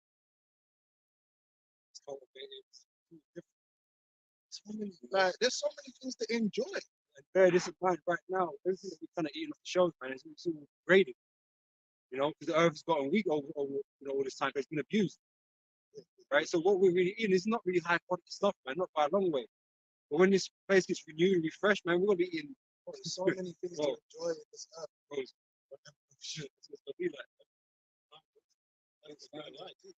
Oh, a lot of them, you gotta get mangoes from the right place. A lot of them Brazilian mangoes they're bringing in, I don't know what it is, but they just taste like water. That's not the proper mango. They just on a different level, lacking in all forms of flavors. And the islands, you gotta go to the islands and get the proper thing. The best thing they do over here is the Alfonsos that come straight from India. They're actually sweet. The Alfonso ones, but they're expensive, man. But that's how listen, that's how it is. But the point is, Esau is actually going to be removed from the earth, showing you that is the ultimate punishment. But you see, going back to when we started it, where did the Christian narrative of heaven and hell come from? Because why is the Lord saying, well, the day that you eat of the fruit, you're going to burn in hell forever? Where is the mention of burning in hell forever?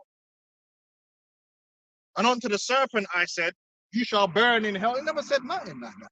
Your generation. There's nowhere it says anything that anyone's going to be burning in hell. But wouldn't that be like, that's pretty important if that's the case. If the penalty for doing wrong in the earth is when you die, you're going to burn forever. And I don't think you understand how long forever is. Oh, the judgment.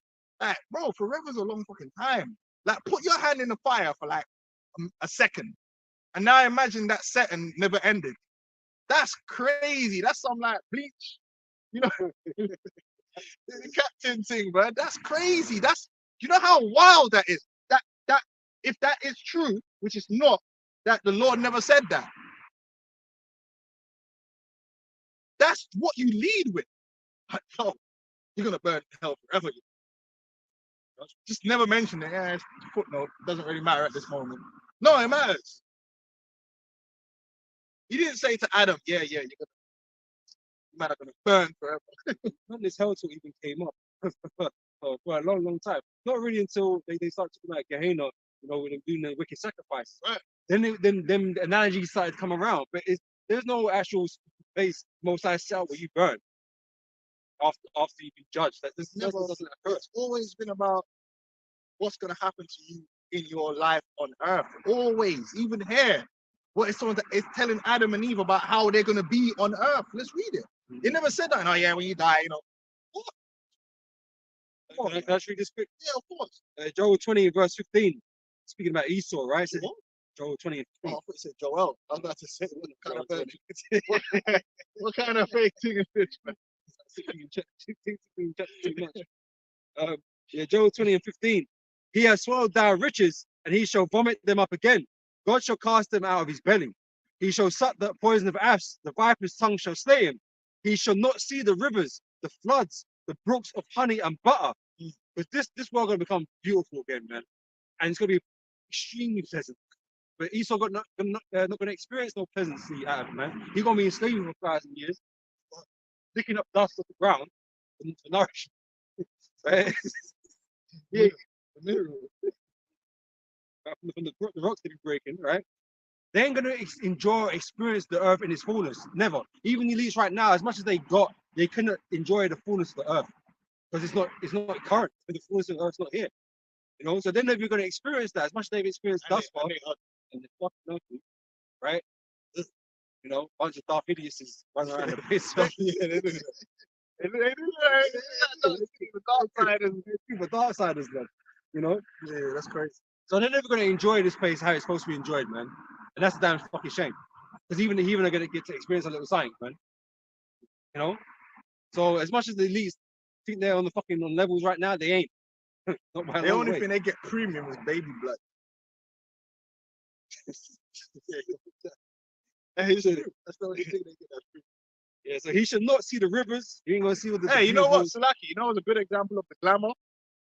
Them girls come out and talked about the Playboy Mansion. And the Playboy Mansion was one of the most disgusting places there ever was. There was dog shit everywhere, cum stains, like super unhygienic. But it's supposed to be glamorous. They didn't show you all that. It took one of the girls came out like talking about how sick it was, like in there, to actually be there. Why would it there? They want man's money. What's the money? They But wanna- then from the outside, everyone's like, "Oh, the Playboy Mansion, dude," because it's glamorized. When the cameras are there, it's all makeup and all that. But the reality, it was just some sick, seedy place, man. It's disgusting. You know what I mean? Like, ugh. You know what I mean? But that's just another example that just comes to my mind just now. Anyway, go on. Man. He shall not see the rivers, the floods, the brooks of honey and butter. That which he labored for shall he restore. So everything you got up to this point, you have to give back anyway. Oh, another thing they glamorize is anal sex, man. That's why like when they show you that anal sex through porn, that's not what anal sex is really like. Because them girls are being fake. They're faking everything they're doing first and foremost. Secondly, they've literally cleaned out their entire bowels to do those scenes. In real life, you fuck a bitch in the ass, yeah, you're gonna get a lot of shit on yourself and everything. Yeah, it's just true. Thirdly, it actually is destroying their anus, yeah, where they just walk around and they shit just randomly. But it's glamorized. It's made to look like, oh, there ain't no consequences to this. It's fake, man. It's bullshit, man. This is what this world does. They try to push something to you and make it look like it's good and enjoyable, and that's what you need to be doing. But it's fake. You know what I'm saying? Like, it's fake. How could it be nice to have a 12-inch penis stuffed up your fucking ass, bro? You actually think people enjoy that shit? They're getting paid and they're on drugs. You know what I mean? It's like everything else in this world. It's fake. It's fake, A lot of man. it's fake, man. Just put out there to fucking do and all that kind of stuff. Reality is warped. Yeah, exactly. Reality is warped. Glamour. It's glamorized. It's glamorized, but it's fake, man. Girls are on there, they're paid to make it look like they're enjoying that shit. Not really enjoying it, man. It's a job. Fuck's sake, man. You believe that shit? But that's how they get the people involved in doing all of this madness. But it's really disgusting. I've heard horror stories of people doing that anal sex and the shit that happened. Man, bitches be shitting on the bed. That's horror. That shit just fucked the whole night up, lad. I don't want to fuck my night up like that. Bitch shitting on your bed. And how can you look at a bitch and say, oh, she's shut on the damn bed, man?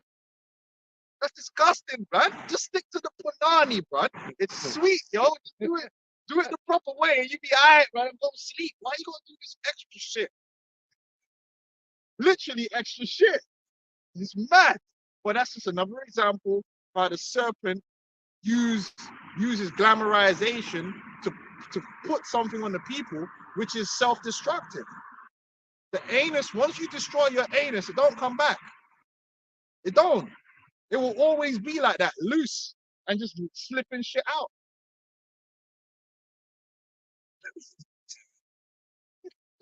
I'm just telling the truth, bro. I'm telling the truth. It's not the lick. Not the thing to do. All right. Let's finish this off. Job 20:18 said, "That which he labored for shall he restore, and shall not swallow it down." Because you're hoping that you're going to keep an everlasting kingdom for yourself, man. And that's just not possible. Because you're covered in sin, like beyond measure. So you can never hold that. You can never hold the space down. Yeah, your kingdom can't be eternal because the algorithm is set up that only righteousness can be eternal. Just the way the algorithm is. You can't, I don't care what numerology. See, the whole idea of the New World Order is for them to use witchcraft to establish their version of the kingdom of heaven, which is an everlasting kingdom for themselves.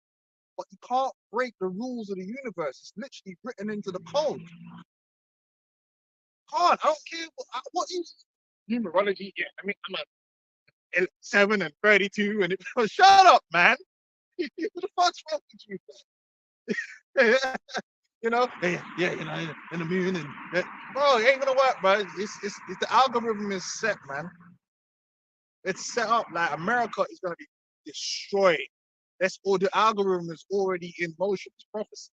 Can't go around it. There's nothing you can do. There's no knowledge you can gain. I don't care how many tombs you dig up, man. Like Indiana Jones. Stars you search out. It's not gonna work, brother. You're trying to do the most to upset opposite. You could sacrifice the whole planet. It's not gonna work. You know, there ain't no currency to pay that off. Or no. According to his substance shall the restitution be, and he shall not rejoice therein. Right? It ain't gonna be a pleasant day for you that day, man. It all. Lose it all, man. They left with nothing, and then you remove from the earth. Then you're gonna realize all this he was doing is bullshit, man. All vanity. And you could have just chilled, man, be here at the end of the world, enjoy the brooks of honey. But you're not gonna keep anything, you're not gonna enjoy the new world, you ain't gonna have no part in it. That's a tried and tested thing. People that overreach and try and have it all usually end up with nothing. That's Las Vegas. Fans go in there and they never happy with what they got, and they go. And at the end of the night, it's like 5 in the morning, and they were up at 12 midnight. They were up. And then by 5 in the morning, they put everything on black, yeah, and they tried to win. They lost a whole bunch of it. They tried to win it back, and and all you're leaving with now is a hangover and shame. And you were up. If you'd have left at 12, you'd have been fine. But that's it. You overplay your hand. Good day. That's pride. You overplay your hand, it always ends the same way, and that's Esau. He overplayed his hand. But, and this is why Cain said that the judgment was greater than he could bear, because he didn't die, he didn't get killed, he didn't execute him for killing his brother. He didn't do that, but he cast him out in shame. Not yet. Not yet. And then even him, and we're gonna get it. Where was the talk about Cain going to hell? That's what we want to know. We was asking. Cain was even protected. Yeah, we just want to know. We just want to know, did Cain go to hell or not? That's what we want to know. And why did the Lord tell him that? Father of sin. Let's keep it going. Well, not father of sin, the first murderer. Yeah, did he go to hell? Because I didn't remember hell being mentioned. We're gonna check it. Genesis 3:14. And the Lord power said unto the serpent, because thou hast done this, thou art cast above all cattle and above every beast of the field upon thy belly. So the Lord decided to curse him, to put curses upon him. Isn't that what happens to the rest of us here? When we do wicked, it's a sin, curses come upon us. It doesn't mention hell. Upon thy belly shalt thou go, and dust shalt thou eat all the days of thy life, and I will put enmity between thee and the woman, and between thy seed and our seed. It shall bruise thy head, and thou shalt bruise his heel. And to the woman he said, I will greatly multiply thy sorrow and thy conception. In sorrow thou shalt bring forth children, and thy desire shall be to thy husband, and he shall rule over thee. So we don't really hear nothing about anyone being punished by burning in hell. So when did this whole narrative of if you're a bad person, you're gonna burn in hell, and if you're a good person, you go to heaven? When was that the thing? Let's go to Cain. Can we get the Cain murdering his brother? Because surely That would the warrant. penalty of, I mean, what else can you do? That's like the worst thing you could possibly do. So like, just lead with that. Like, yo, you're gonna burn in hell, my man, forever. Which that wouldn't even add up. Think about it. In the law, you kill someone, you get killed. That's called balance, because the justice is a scale. But you know what I mean? But justice always has to have a balance. If you don't have balance with justice, that's crazy. That's when people start getting done in for like the minorest infraction, and they'll get like ultimate killed, cartel style. You know what I mean? Like for what? You know what I mean? Man farted in the elevator and get scalped or something. You know what I mean? It don't make no sense. Justice always has to have a measure. Even when it's with a thief in the law, there's a measure. They have to pay back 7 times. It doesn't say unlimited or whatever you want. There's a measure. You know, justice, judgments have a measurement. How could it be a measurement if you, like, you're a murderer, but now you're gonna burn forever? Took one man's life, you're gonna suffer more infinite amount of lifetime. You know how long? But then you say God loves everyone, bro. Do you know what? Bro, that's crazy. Like that's wild. You know how long forever is to be torturing someone? After death. Yo, After dying. how is that? But God loves everyone. But then you're teaching that he's burning people. There's been people burning from since the days of Adam. Like all the men that got killed in the flood, they be burning, yo. It's been Just stayed in the waters. Yo, do you realize that you Christians are teaching that all that man that died in the flood are burning? They've been burning from since then, and they're still burning now. They literally just burned. That there's been like 10 seasons of Walking Dead. They were burning all the way through it, bro. They were burning through Marvel, through the Endgame, Avengers, the whole thing. They just been burning, yo. Lord of the Rings, everything's been burning, bro. They've been burning from way back. Make it make sense. And not only did the Most High kill them and like drowned them, like it's fucked up still. Burned them.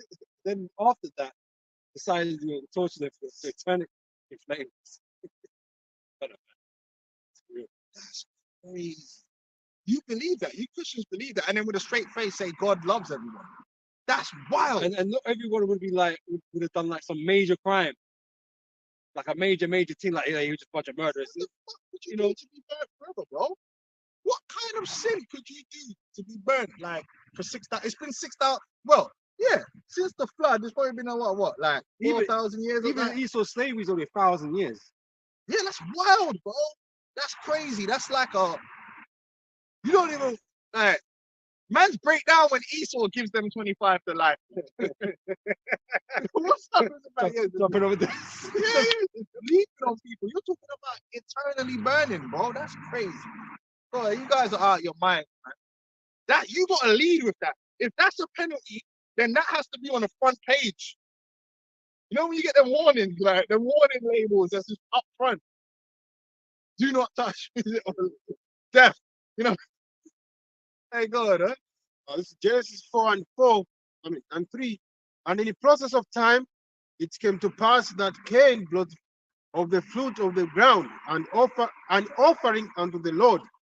And Abel, he also brought of the firstling of his flock and of the fat thereof, and the Lord had respect unto Abel and to his offering, but unto Cain and to his offering he had no respect.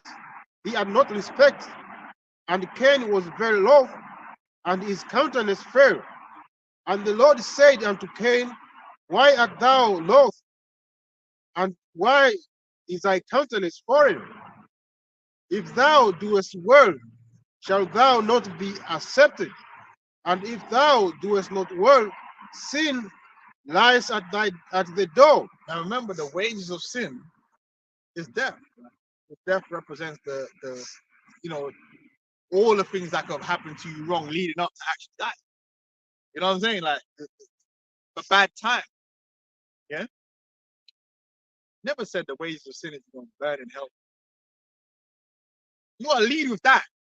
I don't know. What'd you say? What? Burning after I die. That's what I want to know about. I don't want to know about all that death. I want to know about Eternal fire. the eternal fire. That's what if that's the case. Yo, and it's funny because in Christianity, that's at the front of their message. But it's never been at the front of anyone else's message. Moses never said, oh, by the way, if you man don't keep these laws, you're going to burn for like unlimited amounts of time. Unlimited burning. He mentioned a lot of verses. But he didn't mention a lot of catching hell. 228. It's going to feel like hell. And unto thee shall be his desire, and thou shalt rule over him. And Cain talked with Abel his brother, and it came to pass when they were in the field that Cain rose up against Abel. So he doubled down. Not only did he bring an unworthy sacrifice, right? He then doubled down on his wrath. And decided to destroy his brother who was innocent. Jealousy, man. And Esau's got that same spirit today. He's jealous of Jacob. The elites are, because we've been accepted. That's why they hate us, because they look at niggas and they're like, man, motherfuckers. These are the chosen people still. Fuck that. Because there's nothing he can do. Esau was rejected. So he could never be, because Esau wants to be number one. He wants to be number one. He wants to have all the benefits of being the prince, the king. What did we just read? If you do right, we'll not be accepted, right? And if you do wrong, what is it? Life at the door. And death shall rule over you, or sin shall rule over you. Sin rules over Esau. He can't escape. Right? He can't escape from his wickedness, man. His wrath is too much, right? And that's why it's ruled over. That's why he was going to receive it then, death. You know, he's so jealous, and it's crazy. But we can understand why he's jealous, because he just wants to be us, man. As messed up as Jake is, the root of Esau's hatred is always jealousy and envy, because we are privileged. It is true. I'm not gonna lie. We're an extremely privileged people. I could prove that we're privileged. What did we do to be the chosen people of the Most High? Absolutely fucking nothing. Now, that's not saying by being the virtue of the chosen people, we've not had to go through a hard path, but that path is set and secure.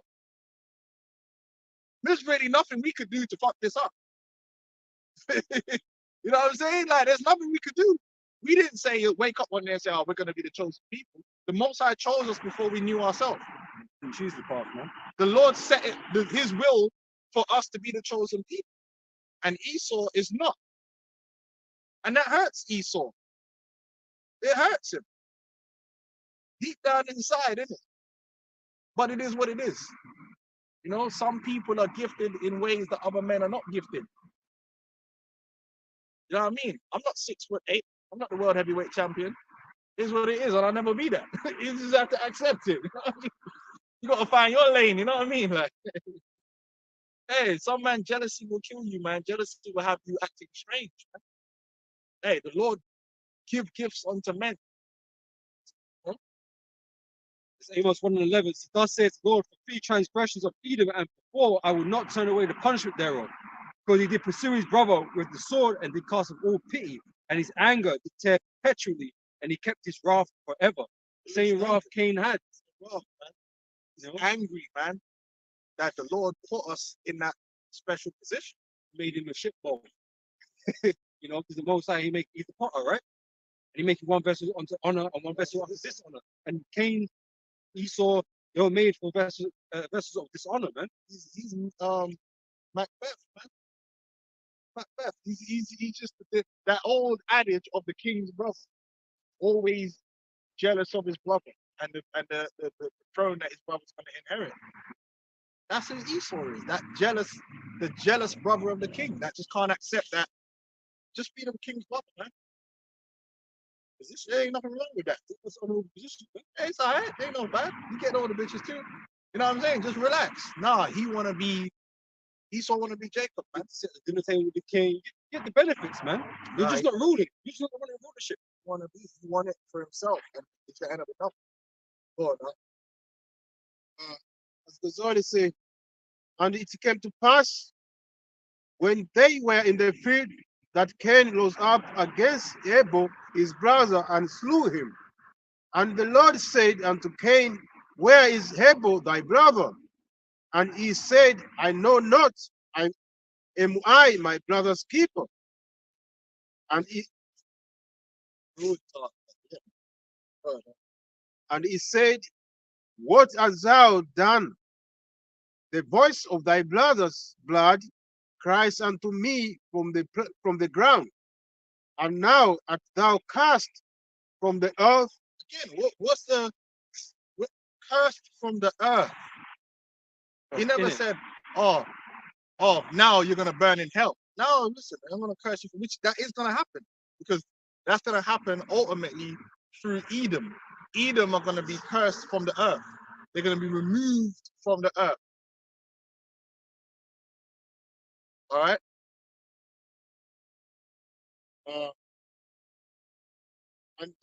And now art thou cast from the earth, which has opened our mouths to receive thy brother's blood from thy hand. But that's the only way you can be cleansed. By the shedding of his blood, man. That's right, it's the balance. Right, that's why Esau's going to get that judgment, man. Because what you sought to do unto us, which is destroy us, that's what's going to end up happening to you. Genocide. Because you said much of the children of the Lord's blood. When thou tillest the ground, it shall not henceforth yield unto thee strength. A fugitive. So it's like but Esau thinks if he uses witchcraft, all the chemicals and the pesticides and that kind of shit, he thinks he can get around that. But what are you really producing? Cancers and shit, you know, fucking up people. That's what you're really doing. You know, and you'll tell the world, oh, there's not enough food on the planet. Because you get to have the premium stuff, but you'll get, you know, insects. The WF, what you do, insects, right? And fake meat and all this shit. Wow. These chemical compounds and shit. That's what he wants you to eat. What an asshole. No? To have meat blood? Asshole, man. He's a real. He actually is an asshole, man. What kind of man have to eat insects, man? Stop it. Go on, bro. This guy's too much. A fugitive and a vagabond shall thou be in the earth. And something else, Esau was always trying to run from his judgment. To face what he's done. Hey, the Lord has shown long suffering towards even Esau. Esau ain't paid really fully for all the bullshit that he's been doing, but it's all gonna catch up to him. But he ain't gonna pay for it by burning in hell. Listen, hell ain't where you burn. Here's where you burn. They said that video the other day where that dude was crying and screaming in a damn car. Because listen, boy, this is where you burn, man. You don't burn in the spirit realm. You burn here. Here's where the fire's at, man. You want to know where people burn? It's here. In Vietnam, when they drop the napalm. That's where people get burnt, man. This is where people get tortured by demons. If you don't believe me, go on fucking gore.com or that shut that down. Go on Lively. This is where the demons torture you, man. Even the scripture speaks about in the heavens, the wicked are at rest. Yeah. You know, they ain't you know, receiving no problems, no troubles up there. There's a dude right now in a Mexican kitchen in hell. That demons in the kitchen. Yeah, well, the secrets, bro. And then El Diablo, blood. Some dude named Jose and his nephew with the shake, holding the camera shaking like this while my man's peeling his chest piece off, man. This is hell right here. This is where you witness hell, man. Terrible. And then fucking you like hospital and shit, man. It's fucked up, man. You want to find yourself getting kidnapped and end up in a fucking surgery table, like getting taken apart. Bro, always a missing and shit. You don't want to. Hey, man. Hey, this is where man's getting their balls and their penises removed, right, when they're 12. Hey, that's fucking hell, man. Hey, God. That's crazy. Imagine that, man. What a mistake to make. Anyway, go on. And Cain said unto the Lord, my punishment is greater than I can bear. Now, I mean, this is the point. There's not even a mention of burning in hell. So where has this come from? Where is this idea? Like, can you search the word hell and let's see where the context and where it's mentioned in the Old Testament? Where is it? Where is this thing? Because the prophet, surely the prophets will come, hey, look, man, you're gonna burn in hell. No, the prophet said, listen, you're gonna go into slavery. Why was that mentioned 54 times? The constantly he was like, you're gonna go into slavery, you're gonna get killed with a sword, and these are the things that the prophets were saying. They never once did the prophet say, oh, you're gonna burn in hell. Surely you would meant that would be like a big thing. Big is that's massive. I don't know, is it just me or is that not? I'd like to know that, like off the bat, like at the beginning of the conversation, listen, bro, gonna burn for all eternity. Alright, cool, but I heard that. I don't want to hear about the slavery and all that, because that's like insignificant. See, like, I'll take some slavery. It might be that, you know, the Most High destroys you with fire. Yeah. But not eternity of fire. Yo, That's never crazy. mentioned. That's crazy. That's woo. Spirit of man go what? Oh, You know, so why are we taking the elevator down? so where did Christianity get this notion from? It's a foreign doctrine. It's not a biblical doctrine at all. Now, hell is mentioned in the scriptures, and heaven is mentioned in the scriptures, but not in the way that these are destinations for punishment or reward. Hell is the grave or a lower state, because obviously the ground is low. Or heaven is the sky or the spirit world, or a higher state, because heaven is higher than earth. You understand? But it's never been put forward as a destination for you. Like the prophets are like, oh, one day you're all gonna go to heaven. No, it was like one day you're gonna be in the land of Israel, keeping the laws and live good. It was all about something that's gonna happen here. In the heaven here on earth. Right? So when we talk about preaching the kingdom of heaven is at hand, Yeah, it's here. you know, He said it's in you. you know, he wasn't preaching, well, yeah, we all need to go to heaven. No, you going if you want to go to heaven, but you want to go to heaven, fucking dump the fridge, then, innit? If that's what you're on. Can we get some of these scriptures for hell? Yeah. Because maybe one of them, in fact, the first time it's mentioned is in Deuteronomy 32 and 22. Which is after the curses and the blessings were mentioned, right? Well, you think you mentioned that in the You've curses? got to lead with that. That should be part of the covenant, because it will be like, if you break my laws, Yeah. I'm going to burn you forever. Yeah. That should be in there. Like, how could you not put that in there? That's a big thing. That's what I'm trying to say. It's massive for it not to be mentioned. But like I said, we was given a lot of curses that would have to go into the hand of our enemies, being, you know, divided and separated, being at war with one another, all that type of stuff, man. It's having a fucking real bad time. Verse 15 to verse 68, and not one of those verses mentioned dying and going to hell. You gotta make it make sense. Right, so it's first mentioned here, Deuteronomy 32:22. It's for a fire is kindled in my anger, and shall burn into the lowest hell. What's really happening here is Lord speaking poetically. Well, hell, well, look at the word hell. It means it's Sheol, which means the grave or the pit. That's why it says the lowest, because it means the ground. You put under, you go in the earth, right? You get put in that pit. So that's what it is. You put in a pit. But does it say that anyone's going to be put somewhere to burn in hell forever? No. Lord just speaking poetic because he was angry, man. He got put to death. That's what it is, right? But fire, There's a saying, burn you to the ground. That's a saying. That's actually saying, isn't it? Burn to the ground. if a fire is kindled in my anger, and shall burn unto the lowest hell, and shall consume the earth with her increase. Consume what? consume the earth. So the Lord's talking about fire consuming the earth. So really then where happening? is hell then?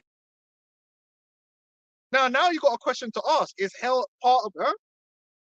So if I keep digging down, eventually am I just gonna and fall? Hey, shit, what's going on? There's a party down here, man. It's on fire. I guess Esau science kind of like answered that because they usually speak about the core of the earth is a molten this and that or whatever. No one knows. So there's people. No one fucking knows. So, but then it'll be physical then.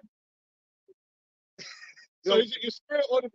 You see how all this confusion comes up? You just dig there. No, even in the scripture we're talking about, the Lord is talking about a judgment to happen on earth. Because what does it say?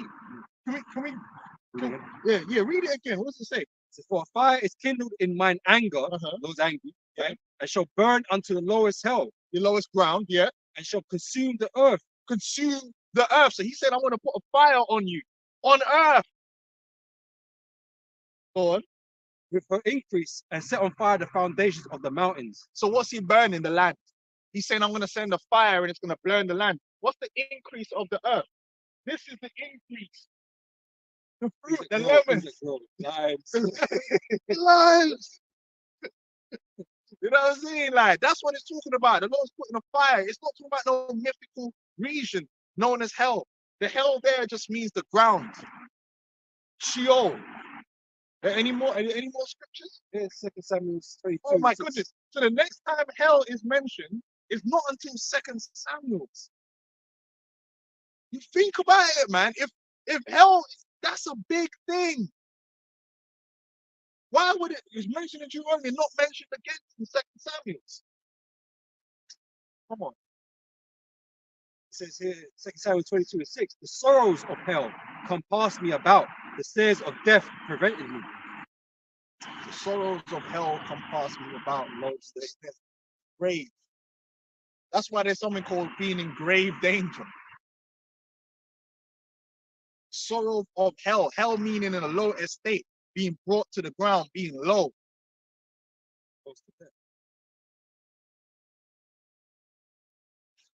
Any more? Yeah, Job 11:8. Yeah. After that, another jump. So it is as high as heaven. What canst thou do? Deeper than hell. What canst thou know? So what is hell? What is as high as heaven? What does heaven represent in this scripture? Up, the sky, space, the heavens, high. What does hell represent? Low, the ground. Right? A physical place. Physical up and physical down. Unless you want to tell me that the mythical region you believe is hell where people are burning is somewhere that I could dig down to.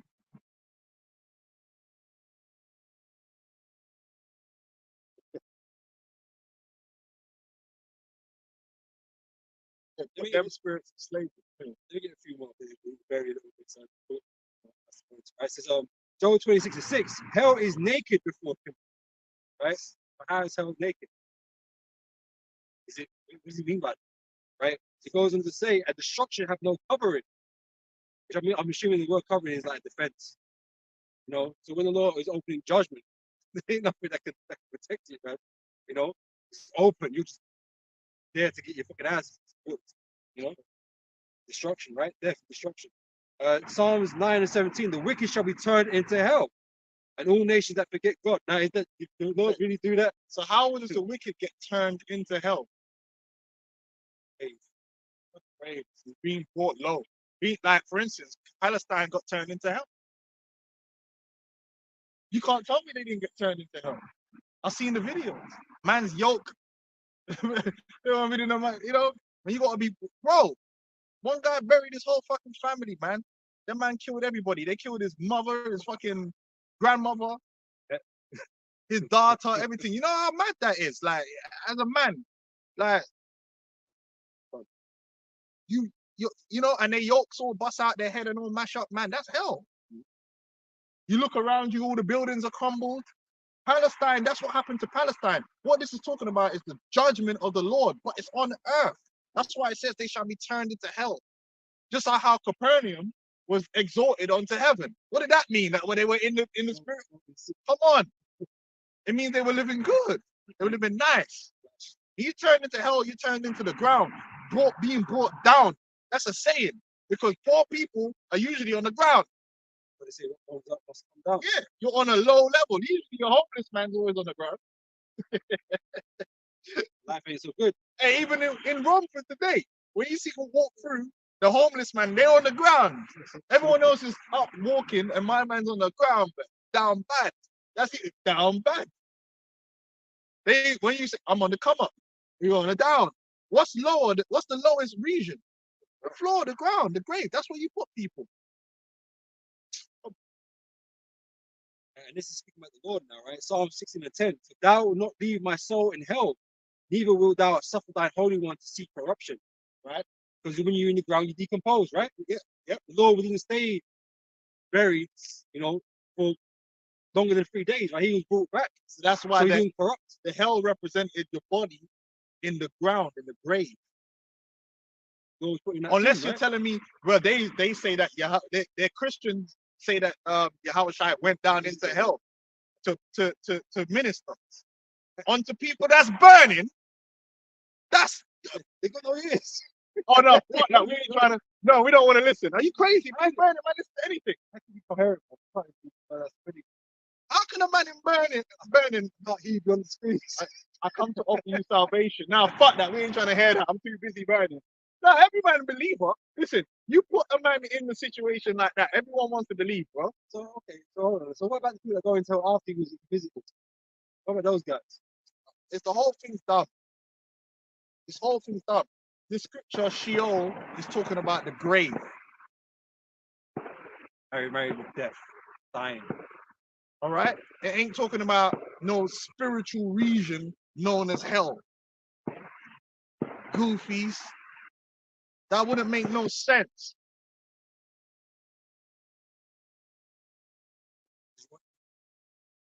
I mean, it's just the lack of.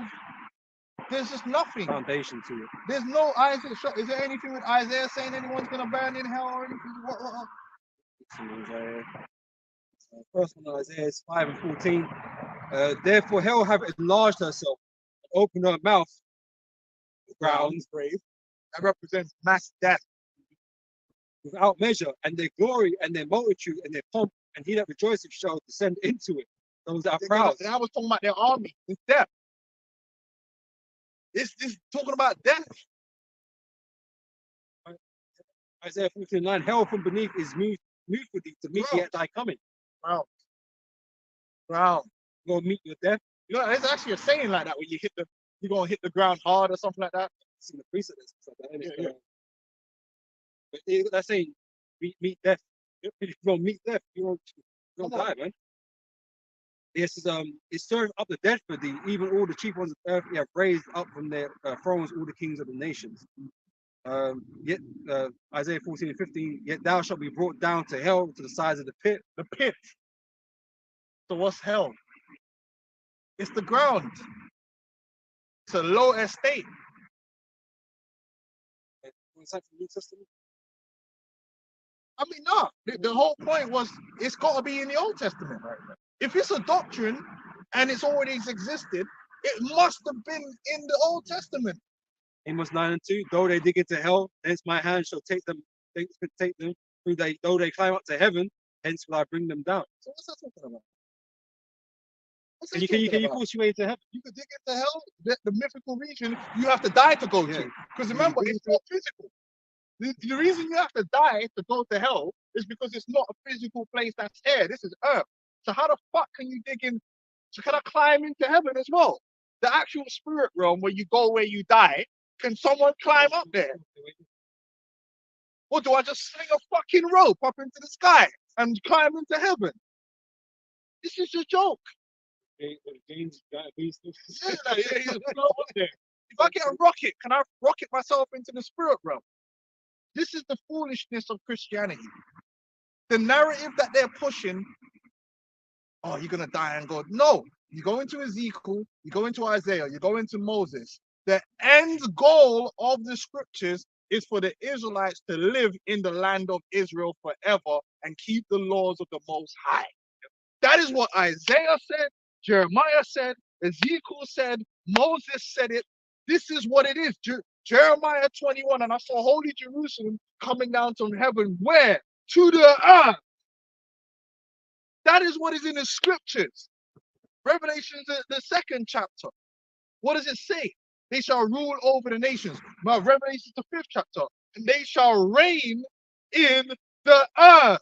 It was never about going to heaven. And it's never about going to hell. Ever.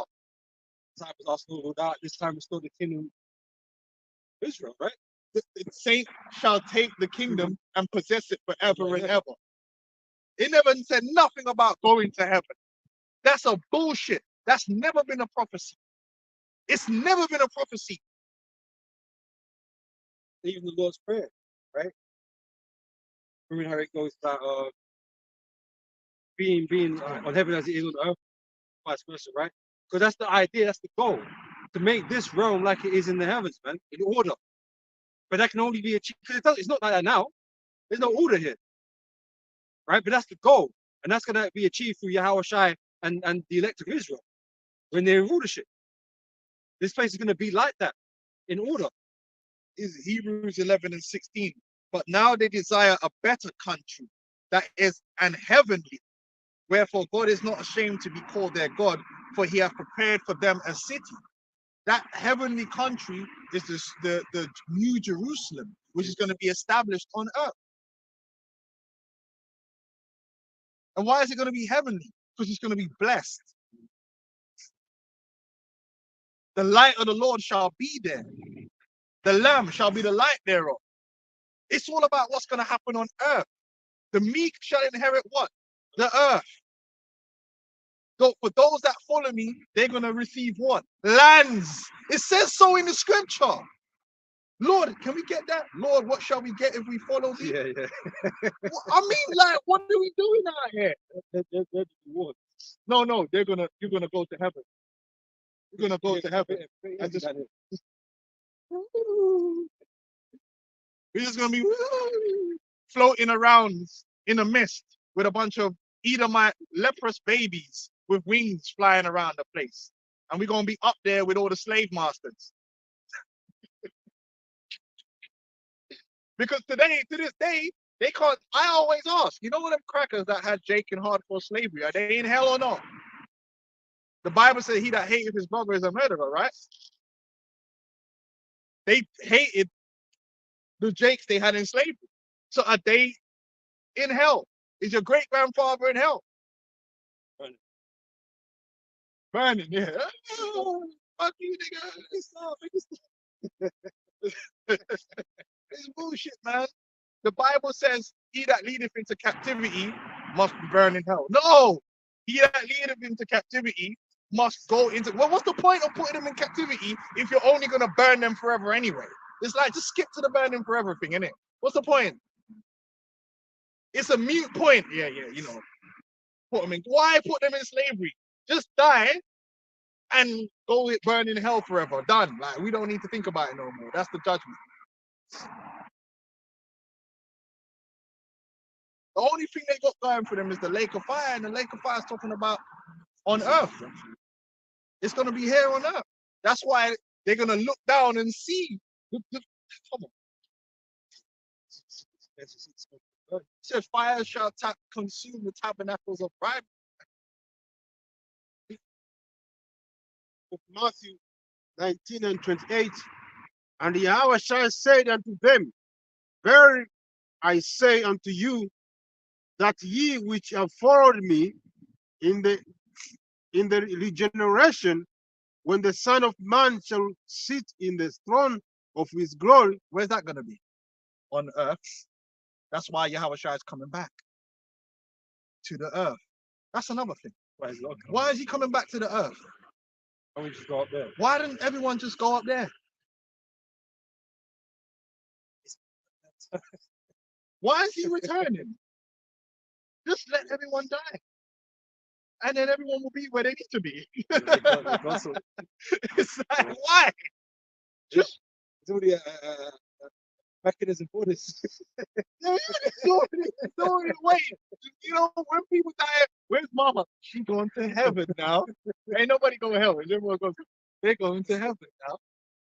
Okay, so then why is the Lord even coming back? Is job done? Either believe or don't believe, and then you believe, you go to heaven, and if you don't believe, you go to hell. What's the point of him even returning? Because what does the prophecy say? The Lord has to gather together his elect from the four winds and place them back in the land.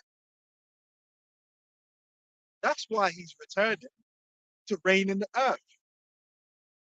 Come on. Christianity is so, like, it don't make no sense. It's a fairy tale. It's just Paganism. yeah, it's That's what it is, man. Paganism, man. They just grab a little bit of this, a little bit of that. It's just some messy fucking doctrine there. You know, because a lot of it is inspired by Greek mythology, man. All this Hades and the realms of hell and all this shit, Dante's Inferno and all that shit, man. But that's all literature. It's just, you know, science fiction. You know, yeah, it's good to watch. I mean, I enjoy a good Dante's Inferno. I'm not gonna lie. I'm a hella entertained. We all like a little bit of Devil May Cry, don't we? We like a bit of Spawn. It makes for entertainment, but that's all it is. It's entertainment. Ain't no real. It's not real. I like that movie Constantine. I quite enjoyed it. But it's not fucking real. It's bullshit. and it's one hell of a doctrine to make you pay up, man.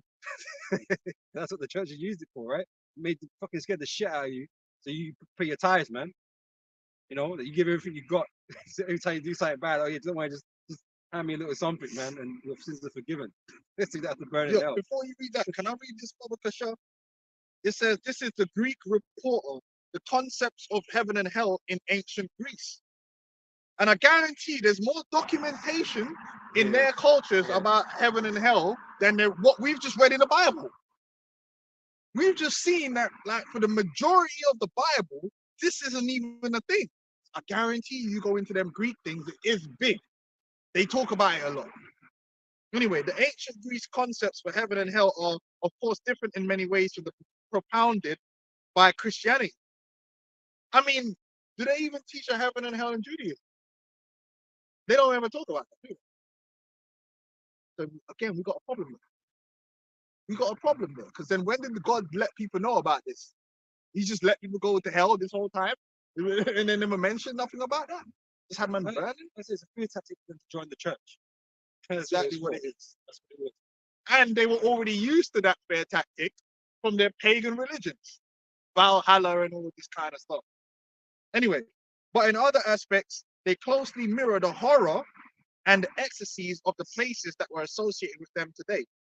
Like the Christian concept of hell, the Greek underworld had a ruler who was closely associated with its domain, the infamous god Hades, which again, I'm going to show you something.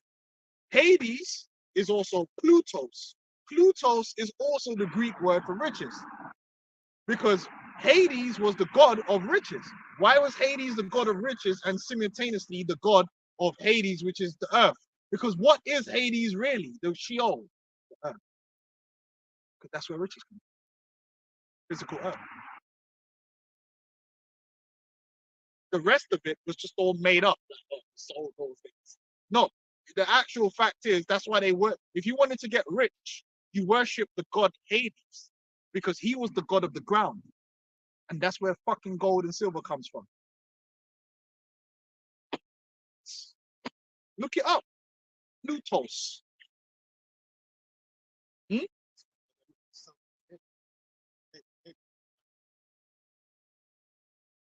Oh no, it's a different etymology. Because there is in the Greek, it's not sounding like that at all. No. Yeah, Ida means paradise. Like, but strangely, the Greek concept of heaven did not have a god or goddesses who personified its rarefied realms.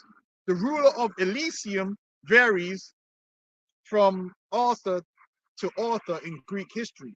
So they had Elysian, or the Elysian fields, is a conception of the afterlife that developed over time and was a tenet of some Greek religious and philosophical sects and cults. That's where it comes from. Because it wasn't, the prophets didn't write about that. Moses didn't speak of that. Adam, no one was, the flood, nothing was mentioned about this heaven and hell business. Something spoken about, debated about philosophers, by philosophers, you know what I mean? Like they're always asking all these deep questions, right? So they always put out forth ideas, theories about what happens to the soul after it dies. And typical thing people ask today, innit? But they become bigger and part of a cult, as the bar is reading, right?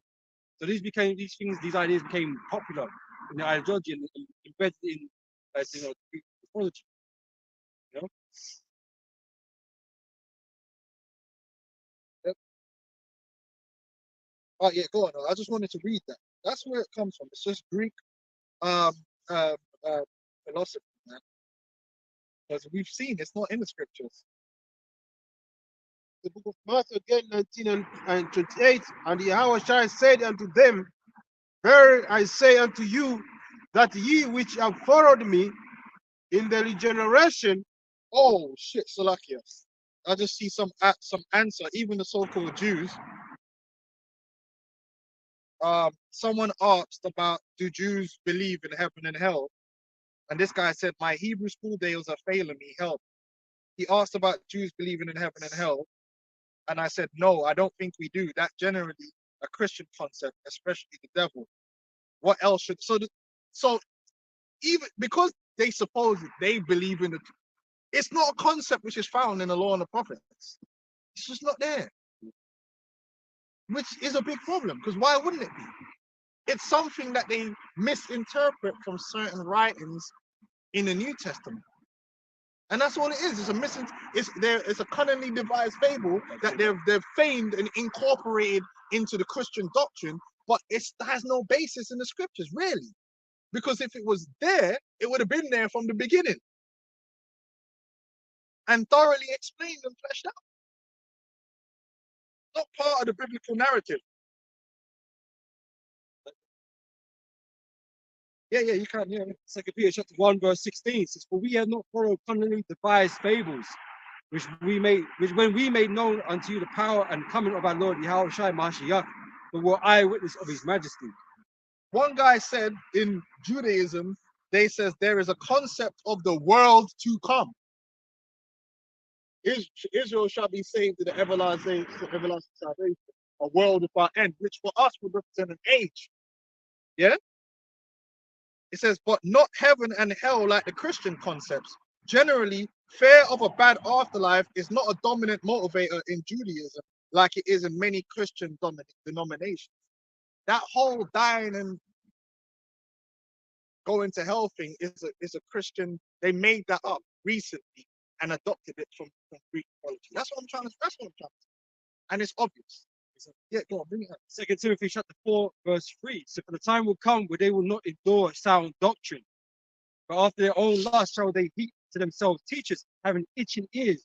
We're seeing something new. That's what these black unconscious niggas are about. They like hearing new things, right? And like running this shit. It's the same back then. They all like to hear speech like Mars Hill. They used to sit there and debate and talk about theories and this and that. People like to hear those things. It's interesting, isn't it? But but it's not the truth. What? It's not the truth, And people have incorporated these things in their belief systems, man. But they're just off, not correct, They said, for the time will come where they will not enjoy sound doctrine, but after their own lust, they shall heap to themselves teachers having itching ears, and they shall turn away their ears from the truth, and shall be turned unto fables, man. And that's an example. This is an example of that. And this whole hell doctrine is nothing but a fable that was, made popular and was believed on, and the churches used it and made people fear it and be scared about it and all this kind of stuff, and that the whole world, duped, Yeah, so in Egyptian, they has the Egyptian afterlife. They had the it is possible to have a heart that is lighter than a feather. To the ancient Egyptians, it was not only possible but highly desirable. The afterlife, see, of the ancient Egyptians was known as the field of reeds, a land just like what one knew, save that there was no sickness, no disappointment, and of course no death. One lived eternally by the streams and beneath the trees which one had loved so well, one's life on earth. And then they got pictures of that stuff in tombs, right? But then your heart had to be as light as a feather to get in there. Otherwise, you would go to what's known as Duat, which is hell. This stuff is just all Egyptian and Greek mythology, man. You know, it's all bullshit. That's Moses, and they never talked about none of that. Never talked about that. They talked the real shit that happened on Earth, man. Okay, Real shit. right? Yeah. Where was we? Yeah, let's finish up on that and then we'll close out. We went round the houses to get to this point, but it's just like, look, man, we've got to start looking at the Bible as a whole narrative. Once you look at the whole narrative, it'll make sense. The problem with Christianity is it's like a whole new narrative that's been produced that doesn't fit with the rest of the story. Just doesn't fit, man. It was never Moses. Oh yeah, the goal is to go to heaven. No, never, ever. What is you talking about? Even Cartel said like, them man want you to die and go to heaven. You first. Hey, go on, man. So book of Matthew 19 and 20, finish on 28. And Yahushua said unto them, verily I say unto you, that ye which have followed me in the regeneration, when the Son of Man shall sit in the throne of his glory, ye also shall sit upon 12 thrones, judging the 12 tribes of Israel. Now we know that's a physical place because even in New Jerusalem, gonna have gates with their names on them. And we know that in Isaiah, the 2nd chapter, it speaks about that time when Israel's going to be ruling over the nation. So it's not a mythical thing. It's something, an event that's going to happen on earth, just like every other prophecy which is written in the Bible. There's not one prophecy in the Bible of something that's going to happen anywhere else other than earth. The setting of the story is earth. It's not in fucking Pleiades or whatever. The Milky Way or Star Wars or something. It's all on earth. Show me the prophecy that doesn't happen on earth in the Bible concerning people. Please show me the one. All on earth. Something that happens to you physically. Going into slavery, coming out of slavery, ruling, being ruled all over, dying, starving, being fed. What are we talking about here? Come on.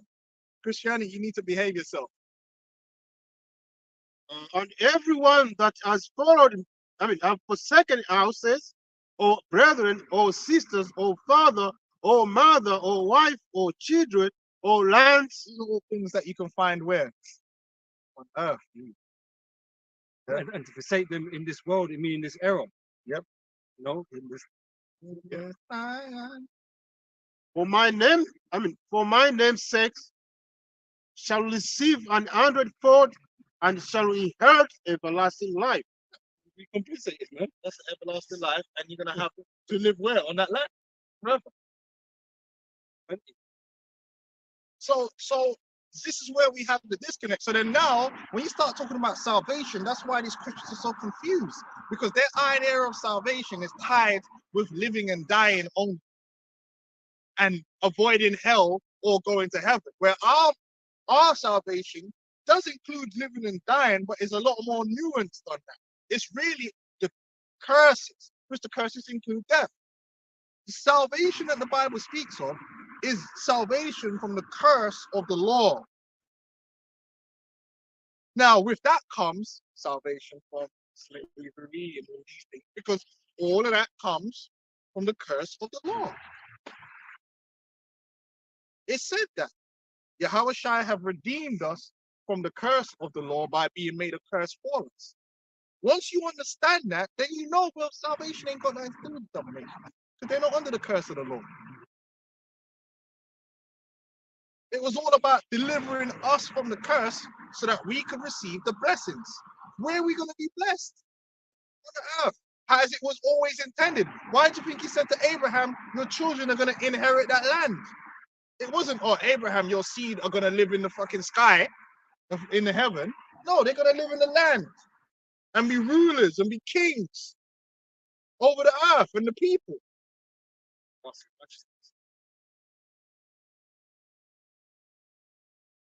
Yeah, any more scriptures and we'll close up.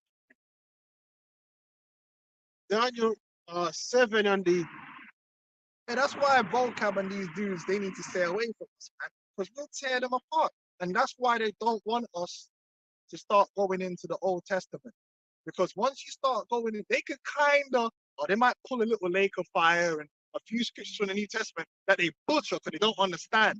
But that's where you get the word context. You got to understand the Bible with context.